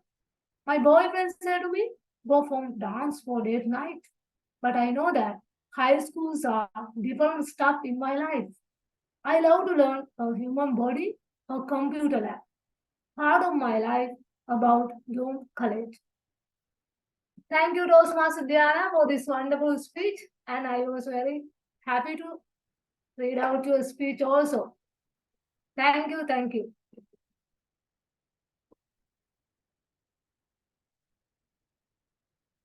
Okay.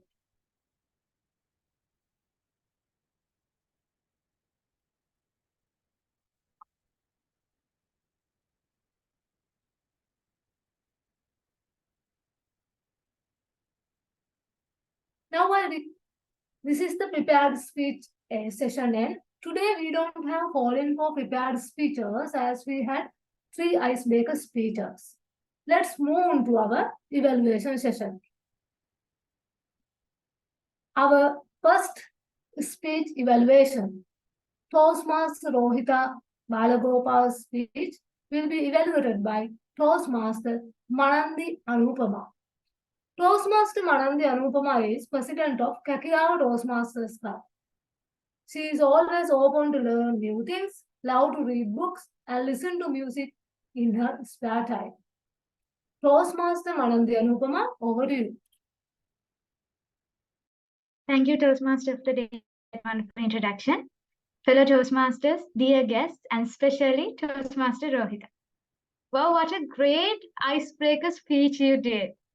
Toastmaster Rohita, you introduced yourself, you met the project objectives. And what I loved about your speech was that how you structured your speech. You took us through all the stages of your life. And there were so many things to learn for us as well. I took so many points from your speech as well. And more importantly, when you ended the speech, you gave the audience a message. And I love that part as well. Overall, Toastmaster Rohita, You maintain a really good soft-spoken language. You grab the audience attention through that language skill, and you kept us with you with your storytelling abilities. So great job, Toastmaster Rohita. You maintain eye contact with your audience, even though it's a hard task when you have to maintain eye contact with the audience by using the camera, but you managed it like a pro. And you implemented hand gestures to your speech as well, and you appeared really comfortable with the audience. And that was a really good point for a speaker. But the thing is that, Toastmaster Rohita, my evaluation won't be a effective one if I can't give you a few suggestions. As for suggestions, I would like to suggest that maybe next time let's try to apply a little bit of voice variations and maybe a pause in between some points so that you can give your message clearly to the audience. Overall, it didn't feel like an icebreaker at all. You appeared like a really good public speaker. So great job, Toastmaster Rohita. I don't have words how to explain what I enjoy through your speech. And so good luck on your journey, Toastmaster Rohita. Congratulations on your icebreaker speech, and I hope to see you speak in the future. Thank you. Thank you. Thank you, Toastmaster Manandi, for your insightful evaluation. Can we have a big round of applause for our speaker, Toastmaster Rohita, Balagopal, and evaluator, Toastmaster Manandi Anupama? Okay.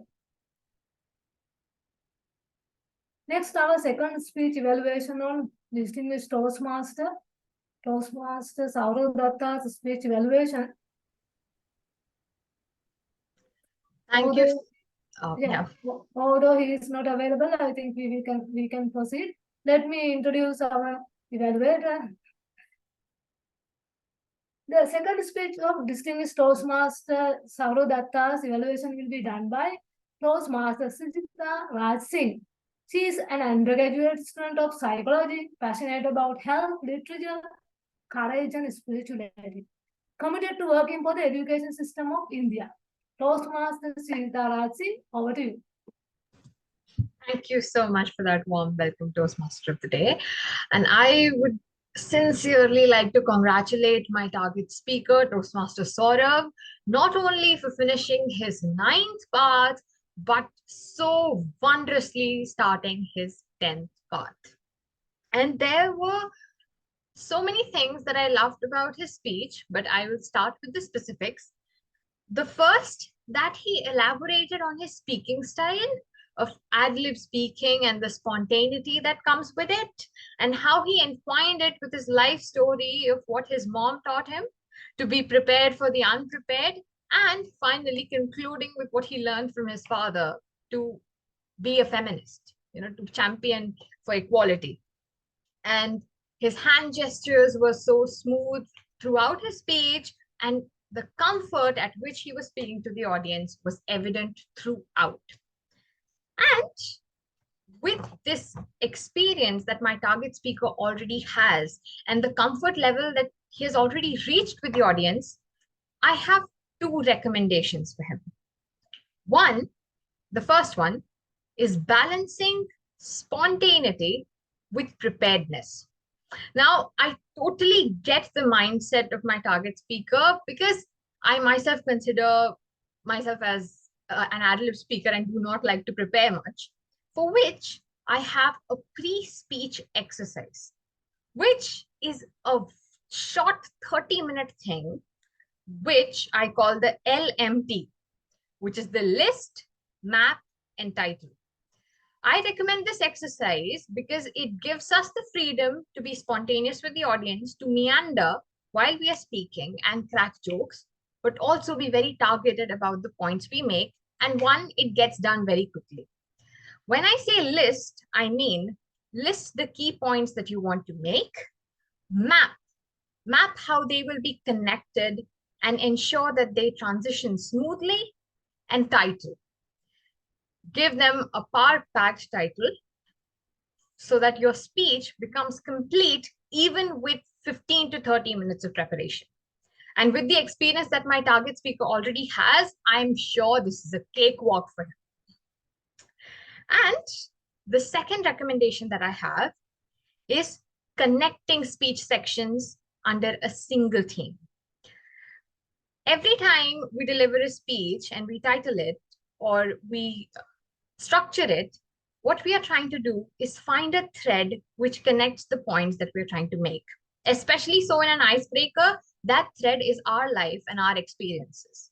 And I would recommend this to my target speaker to try to find a thread that runs between the sections, the stories that he's trying to bring out, and use that thread to connect the sections of his speech. And I am damn sure that with these recommendations and also with the caliber that he already has, next time from I don't know what to say, we are surely going to know exactly what he wants to say. Over to you, Toastmaster of the day. Thank you, Toastmaster Srijita Singh, for your wonderful evaluation. Yeah, I think it is a very difficult evaluation also, but you did a great job for my understanding. Can we have a big round of applause for our evaluator, Toastmaster Zahra Singh? Next, we are going to for the evaluation of our third speaker, Toastmaster Shilpi Tiwari. We have Toastmaster Sanjay Jain for the evaluation. Toastmaster Sanjay Jain is a chartered accountant by profession. Outside Toastmasters and accounting, Toastmaster Sanjay likes to play cricket, chess, and loves traveling. Toastmaster Sanjay Jain, over to you. Thank you, TMOD. Good evening, Toastmasters and guests, particularly Toastmaster Shilpi Tiwari. Today, I learned a very big, important lesson, not to be angry and react to another actions without thinking twice. You had given a very important message that we should not carry garbage which others throw on us, and we should think twice before reacting to others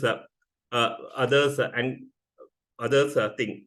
You started with asking all of us to close our eyes for 15 seconds and imagine, which brought a smile on our faces, which was a very well thought activity. You spoke about 5 emotions, which were very well explained. The 5 emotions like self-awareness, self-regulations, social awareness, empathy, and human managing skills, which were very well explained by giving 2 examples, like your uncle not reacting to other person doing some other actions and reactions. So that was a very well thought thing, and which was very well fitted into this subject also. You compared actors and actress and asked questions to make sure that the audience have understood the concept very clearly, which was also very well thought. What I would like you to work is increase your voice and bring some emotions. Because your body language was good, your eye contact was good, but if you bring little more, then you will exceed in your speeches. And other thing is that you could have first of all checked your slides and then started your speech, so that it would you would have not been sorry, because you would have created a very good slides and you wanted to show to audience, which we also missed in seeing that thing. So that 2 things, if you had taken care, it would have been wonderful. I would finally say that congratulations for completing this project successfully. I loved your speech and would remember every time whenever any reaction I do. It was a very good lesson, and I think other audience also have taken this lesson, that not to react to some other's garbage and carry and spoil our day and our health. It is a very powerful message. I liked it. Thank you, and would like to hear you further. Thank you and all the best here. Thank you so much. Thank you, Toastmaster Sanjay Jain, for such a detailed evaluation. Can we have a big round of applause for our speaker, Toastmaster Shilpi Tiwari, and evaluator Toastmaster Sanjay Jain? Okay, now let's move to our 4th speaker evaluation. Toastmaster Dhwani's speech will be evaluated by Toastmaster Zahra. Toastmaster Zahra is chartered electrical engineer of Ceylon Electricity Board of Sri Lanka and experiencing power generation and distribution. Currently, she is serving as area director. Division 8 Hi. Over to you, Toastmaster Zahra. Thank you very much. So, Toastmaster Prabha, she did her evaluations and feedback speech 1. First of all, I would like to say that she's a very brave lady. She took a very difficult topic. It's a very tough topic. Personally, when it comes to artificial intelligence, I know I'm a complete idiot. This I'm 35 years old, and this learning this artificial intelligence is something that I can't even grasp. So what I can say is she took a very brave step to take a topic like that. And when you see her opening, she said, knock, knock. That's very a good way to open a speech. And the numbers, she gave us the facts and the details, and I have to commend her memory. She has very good memory. I mean, I can't even remember 2 numbers, but she has great memory, and she has remembered so many facts to tell and share with us. And when you see her hand gestures, they were very expressive. So she was using her hands with the open palm way. That's a good way, because when you clench or your fist or keep your palms in this position, it means you are not sharing information that is true or real. But when you are keeping your open hand and the palm in a very open way, that means you are telling the truth, and your information can be trusted. You are telling the truth. And the background, I really have to say, good choice with the background. The plain background is very easy on the eye for the listeners and the viewers. So that's a great point. So 4 points for your plus points. And what I think was, I felt that she could have used a little bit of voice variations. It felt like you are speaking in the same tone.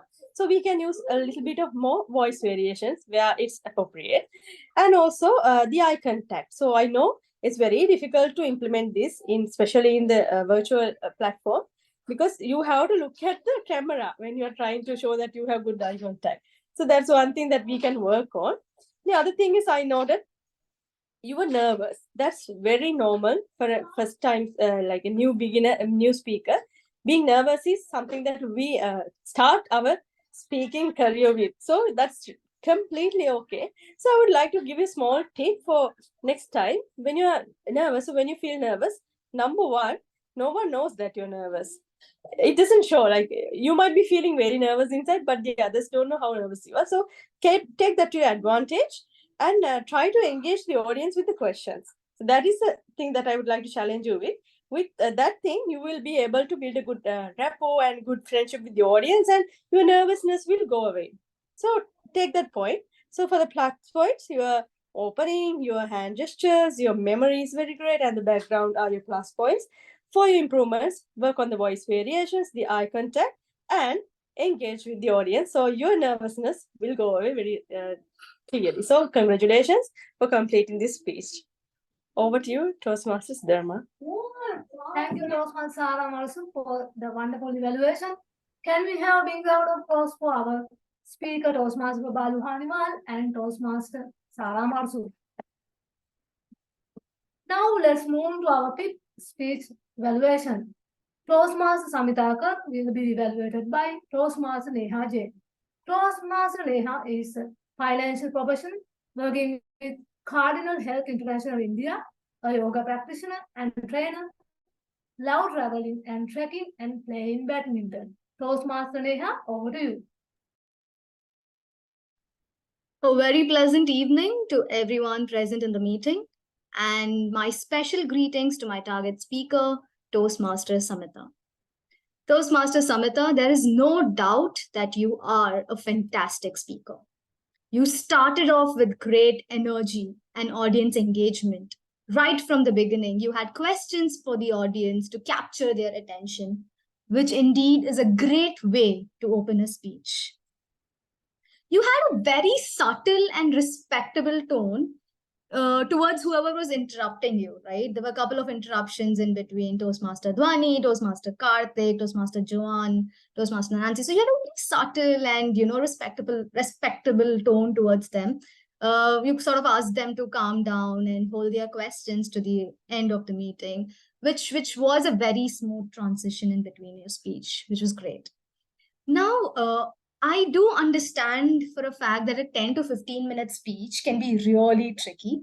And I'd like to applaud you for choosing a topic that everyone could instantly relate with. While your speech was absolutely fantastic, I have a couple of suggestions for you. It's very important to connect the speech under a single theme. Now, somewhere in between the speech, I was a little confused whether you're talking about journaling, whether you're talking about habits or values or behavior. While there were interruptions and you were subtly trying to, ask them to, subtly addressing them, but there was a sort of a little confusion between what exactly was the central theme of your speech. Now, there's also one other, key element of such projects, that it's very important to be spontaneous. Like spontaneous and witty comments really help you. Like, for example, Toastmaster Joane was trying to be an argumentative kind of an interrupter, right? So coming across, you could have connected with one single sentence and asked her to sort of not interrupt. And since there are so many other people in the audience, you would have asked her to not interrupt so often and probably taken a turn from there, because there were frequent interruptions. And I do understand that there are different types of interrupters in this kind of project. And so that could have helped you better. And also the interruption by Karthik, Dhwani and Nancy, I think it dragged a little longer. So you could have come up with something witty and probably asked them to talk about sauces later, and let's get to the topic of habits right now. So all this would sort of help. While all in all, it was a great speech. You started off with great energy. Just these 3 suggestions, and I think you are already a fantastic speaker, and you can do wonders. Thank you. Thank you so much. Thank you, Toastmasters Neha, for this wonderful, amazing, and very detailed evaluation. And shall we have a big round of applause for our speaker, Toastmaster Samita Kar, and evaluator, Toastmaster Neha Jain. Let's move on to our 6th speech evaluation. Toastmaster Singh will be evaluated by Toastmaster Joane Joseph. Toastmaster Joane Joseph, a content writer and passionate reader, and is an introvert who finds joy in conservation, and she immerses herself in diverse music genres and languages and all. Toastmaster Joane Joseph, over to you. Thank you so much. Am I audible? Yes, you are audible. Okay, thank you. Hi, Shilpi. Inside Out. You started your speech by saying, I hate spontaneity and I'm not a spontaneous person. I said, bang on, soul sister. Same here. I hate being spontaneous. And then you said something like, it's okay to be an introvert. It's not a disease. And I was like, oh, we connect, because I'm an introvert by nature. And I also don't consider it as a disease. It is who I am. So overall, you can gauge that I was very interested in your speech. What I loved about your speech, the first thing is you have put in a lot of research and data. You brought in data, you have done your research, you brought in story about the monk, you brought in your solutions, the 4 solutions, you said feedback, personality test, journaling, meditation. That's how you get to self-awareness. Very clear solutions. So I loved that. I'm taking that back home. I loved your facial expressions when you were speaking, the subtle smile, the increase of your voice when you wanted to make an impact on 95% people think they are self-aware. So that voice toning and facial expression was there. It makes me realize that you are a seasoned speaker, not someone starting off, not a novice speaker. And last, I love the clarity in your speech. Whatever you spoke, I'm not talking about the content, I'm talking about the language. I'm talking about the way you spoke. It was clear. So I love the clarity. Now coming to the improvements. The improvements, I'm dividing it into 3 parts. One is for your project, the speech, then the Q&A, and then time management. This is the 3rd part, which I'm going to talk about. So let's come to the speech now. It was supposed to be a 5 to 7 minute speech. And when you started the first 3 minutes, I was very interested. Oh, MBIT, personality, this is going somewhere. But then after the couple of minutes, I was thinking, where is this going? When you're writing a 5 to 7 minute speech, the ideal way to present it is in the first minute or 2, the audience should get what is the speech about, right? Is it about personality test? Is it about self-awareness? The self-awareness part came quite late. Okay, so that is one thing you have to understand. And there is my first recommendation. One core idea. What a lovely speech you had and so many important tips and tricks. But when you put in so many ideas together in a 5 to 7 minute speech, many of it goes out. It's like bouncing out of my head, right? So one core idea. When did you become self-aware? What was that one event when you decided to become self-aware and that changed your life? Or somebody significant other in your life became self-aware and that changed your life. So that one core idea, and then tie the solution to the core idea. What, why, when, how, and what are the solutions? This is what you do when you craft your speech instead of going all over the place. So one core idea. The second recommendation I have is transitions. Now, what are transitions? You went from, you spoke about spontaneity, then MBIT, then emotional quotient, then self-awareness, then Samita's ethical values, then somewhere 7 Habits of Highly Effective People came in. And I was like, where is the point? Where is the transition? Think about transitions. Now in transitions, there is actually a way to transition in a speech, which are called as the transition hooks. For example, chronology. Use beginning, then, and then the end. Or you can go for numerology. Firstly, you start with this. Secondly, thirdly, and lastly. Or you can go with tenses. Before you start your journey of self-awareness, these are the things you do. During your journey, you do these things. And after you have done this, this is what you'll get. So that transition hook was missing. I encourage you to go ahead and Google that transition hook. So you'll learn that. So two things. One is one central core idea and solution. And second is the transition. Now coming to the Q&A. You have to ask this question to yourself. Did you manage the time well? I felt like there was so much meant to happen in the Q&A, but the time was not managed well. We had very little time to ask you questions. That's the one thing, time management. And the second thing is, your answer was not direct. When the question 1 was, when did you become self-aware? The question 3 was, how did you become self-aware? Right? Both these questions were saying, and that was because you did not give a direct answer. You said it was a journey, But again, if that question is coming back, that means the audience is really excited to know, Shefali, when did you become self-aware?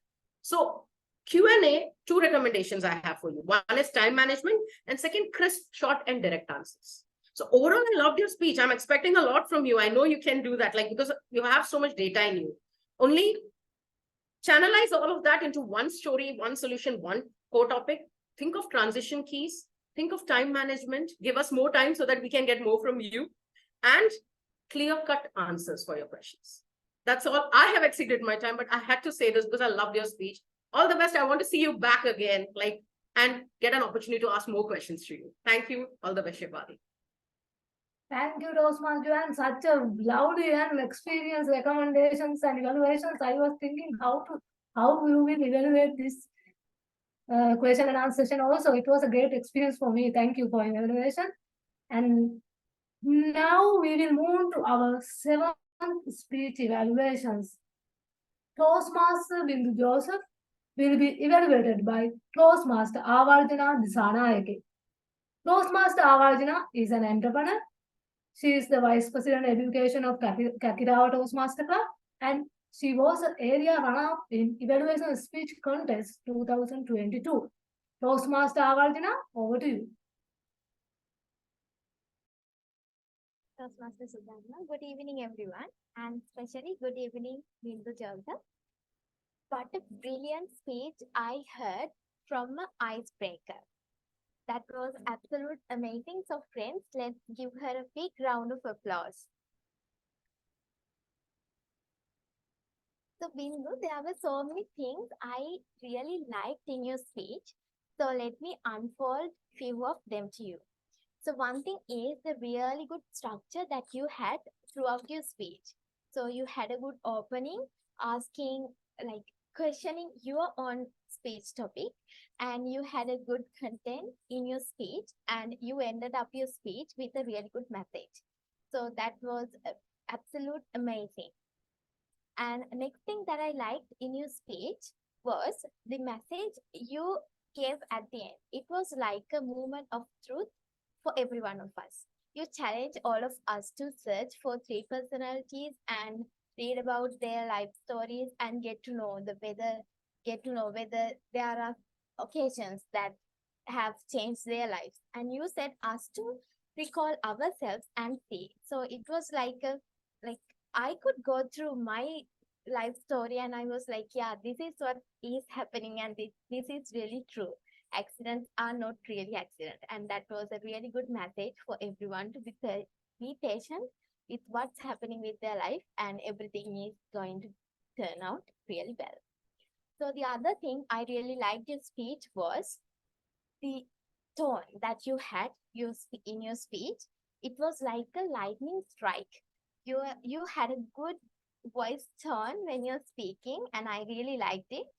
And the other thing is your hand gestures and your eye contact.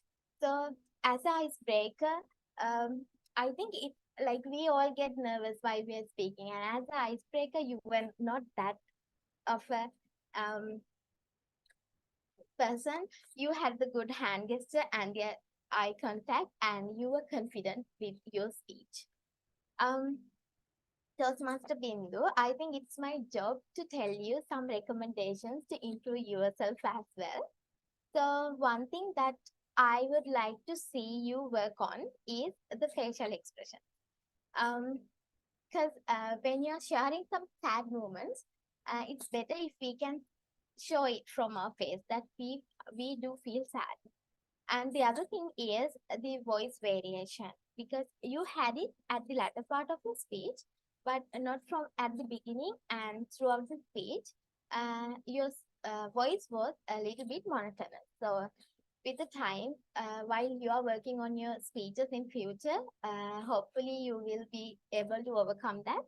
So altogether, you had a really good structure in your speech and you gave us a really good message at the end.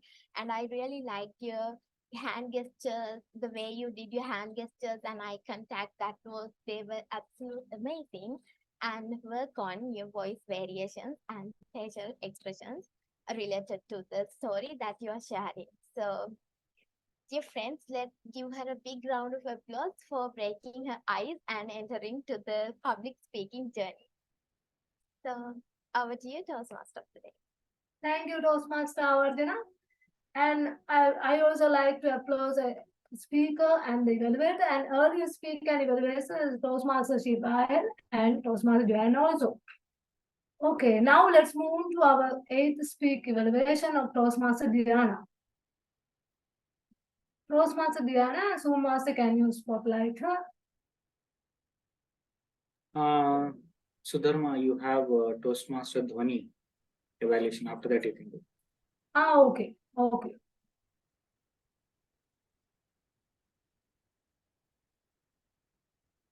Now I would like to call upon Toastmaster Dhwani Adesara to evaluate my Manage Online Meeting project.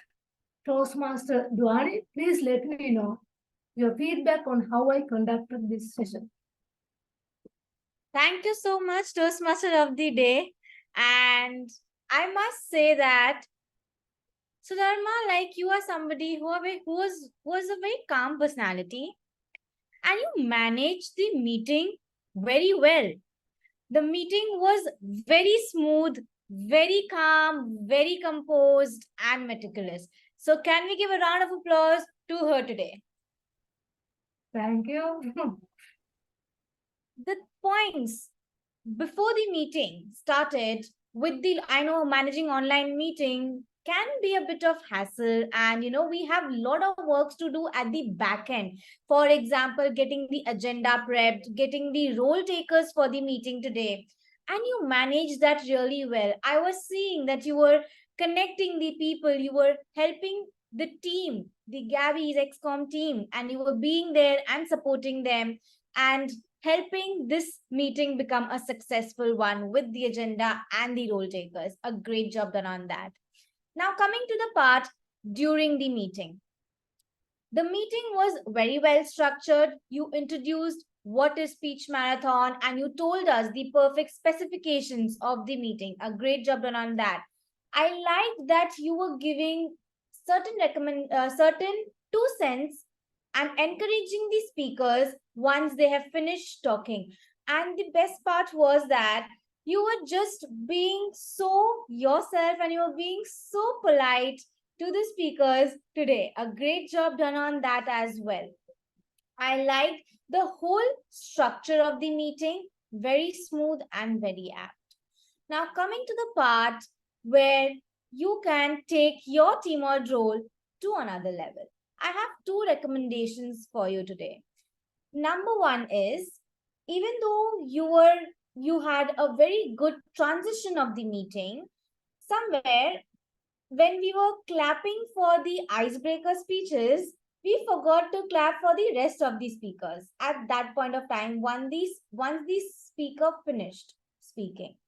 So this is one thing that the other speakers were like, why only icebreaker needs to get all the applause? What did I do for not getting applause, right? So how about from next time you be a bit more encouraging towards the other speakers as well. The second thing is that before the meeting, pre-meeting room, the 15 minutes that we have, how about you take the lead? You know, the meeting room was a bit not very happening. So how about you make the meeting, you start the hype of the meeting from the start, from the time a person joins, so that the hype is created, the people feel energetic, and once the meeting starts, the tempo is already set for the meeting. So do these two things. And one last recommendation I have for you is with respect to the lighting. So if you can work, we cannot see you very clearly. So if you can work a bit towards your lighting, that would be great. Otherwise, a very well structured and very well managed meeting done today online. Kudos to you and congratulations. Thank you, Toastmaster Dhwani. Okay. Now let's move on to our speaker 8th week evaluation, Toastmaster Zahra.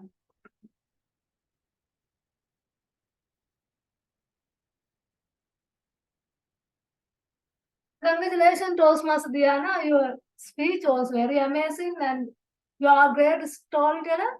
Yeah, when I am reading this speech also, I was very emotional. I can feel that your emotions and all. I also didn't know that I can read out that speech such a well manner. And I also get emotional. And it is well organized and it is very much 23 years ago and present you have elaborated it.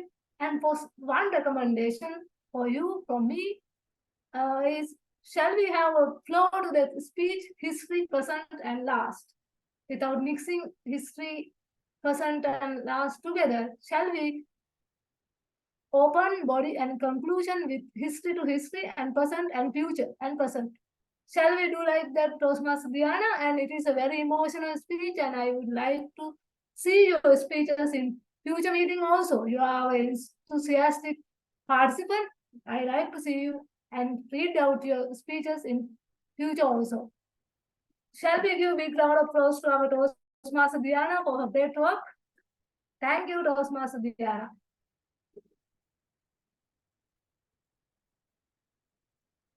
Now, shall we move to our timers report? Timer, can we have the report on evaluation? Yeah, Madam Toastmaster. So we unfortunately have two disqualification in from the evaluator's perspective. Yeah. So I'll paste the report in the chat. So Joane and Awarjana, sorry, I mispronounced it if incorrectly. These two are the disqualification, rest all qualified as an evaluator. Thank you, Toastmaster Shilpi, for your timers report. Zoom Master, please proceed the poll now. While polling is going, I would like to ask, okay, we will take a minute to poll. I would like to ask few guests to share their feedback and their comments on today's speech marathon. Shall we have guest package? Yeah. No, I believe it was a fantastic session today that was on, and I've never seen 8 speeches in a row. I witnessed in most of the clubs 2 or 3 speeches, but each one better than the other. So it was very difficult for me to choose personally. So if I would have been the general evaluator, I would have given 10 on 10 to almost all the speakers there. The speech was excellent. overall great meeting. And I'm sure that this club has power-packed members that I can see. People are very enthusiastic, very exuberant. And kudos to Toastmaster Sourav, Dutta, especially for crafting that impromptu or extempore speech that he gave, on his icebreaker. So that is something that really caught my attention. Over to you, Toastmaster of the day. Thank you, Toastmaster Nagesh. And Yeah. now I'd like to ask Toastmaster Manandi.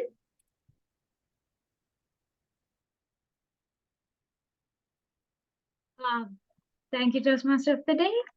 Overall, I really enjoyed this meeting, and when I get the chance to join this meeting, I learn a lot from the speakers and the evaluators and the members as well, how the structure of the meeting goes and how everybody interact with each other. So overall, a great meeting. Thank you, Toastmaster Manandi. Now I would like to ask from Toastmaster Awarjana also. I think it is a really good experience for me. And when you're inviting for to be an evaluator for this, I didn't think twice. And I was like, that is a good opportunity for me to see the world, because I see a diversity, even the way that people are sharing their life stories and all. It is really beautiful to listen and get to know about others. And I think it's a good experience as a Toastmaster as well. Thank you, Toastmaster Awarjana. Guest Rakesh, Toastmaster Manandi, Toastmaster Awarjana. We would like to see you in our future meetings also, speech marathon online meeting. We would like to see you all. Now let's move on to our polling session results.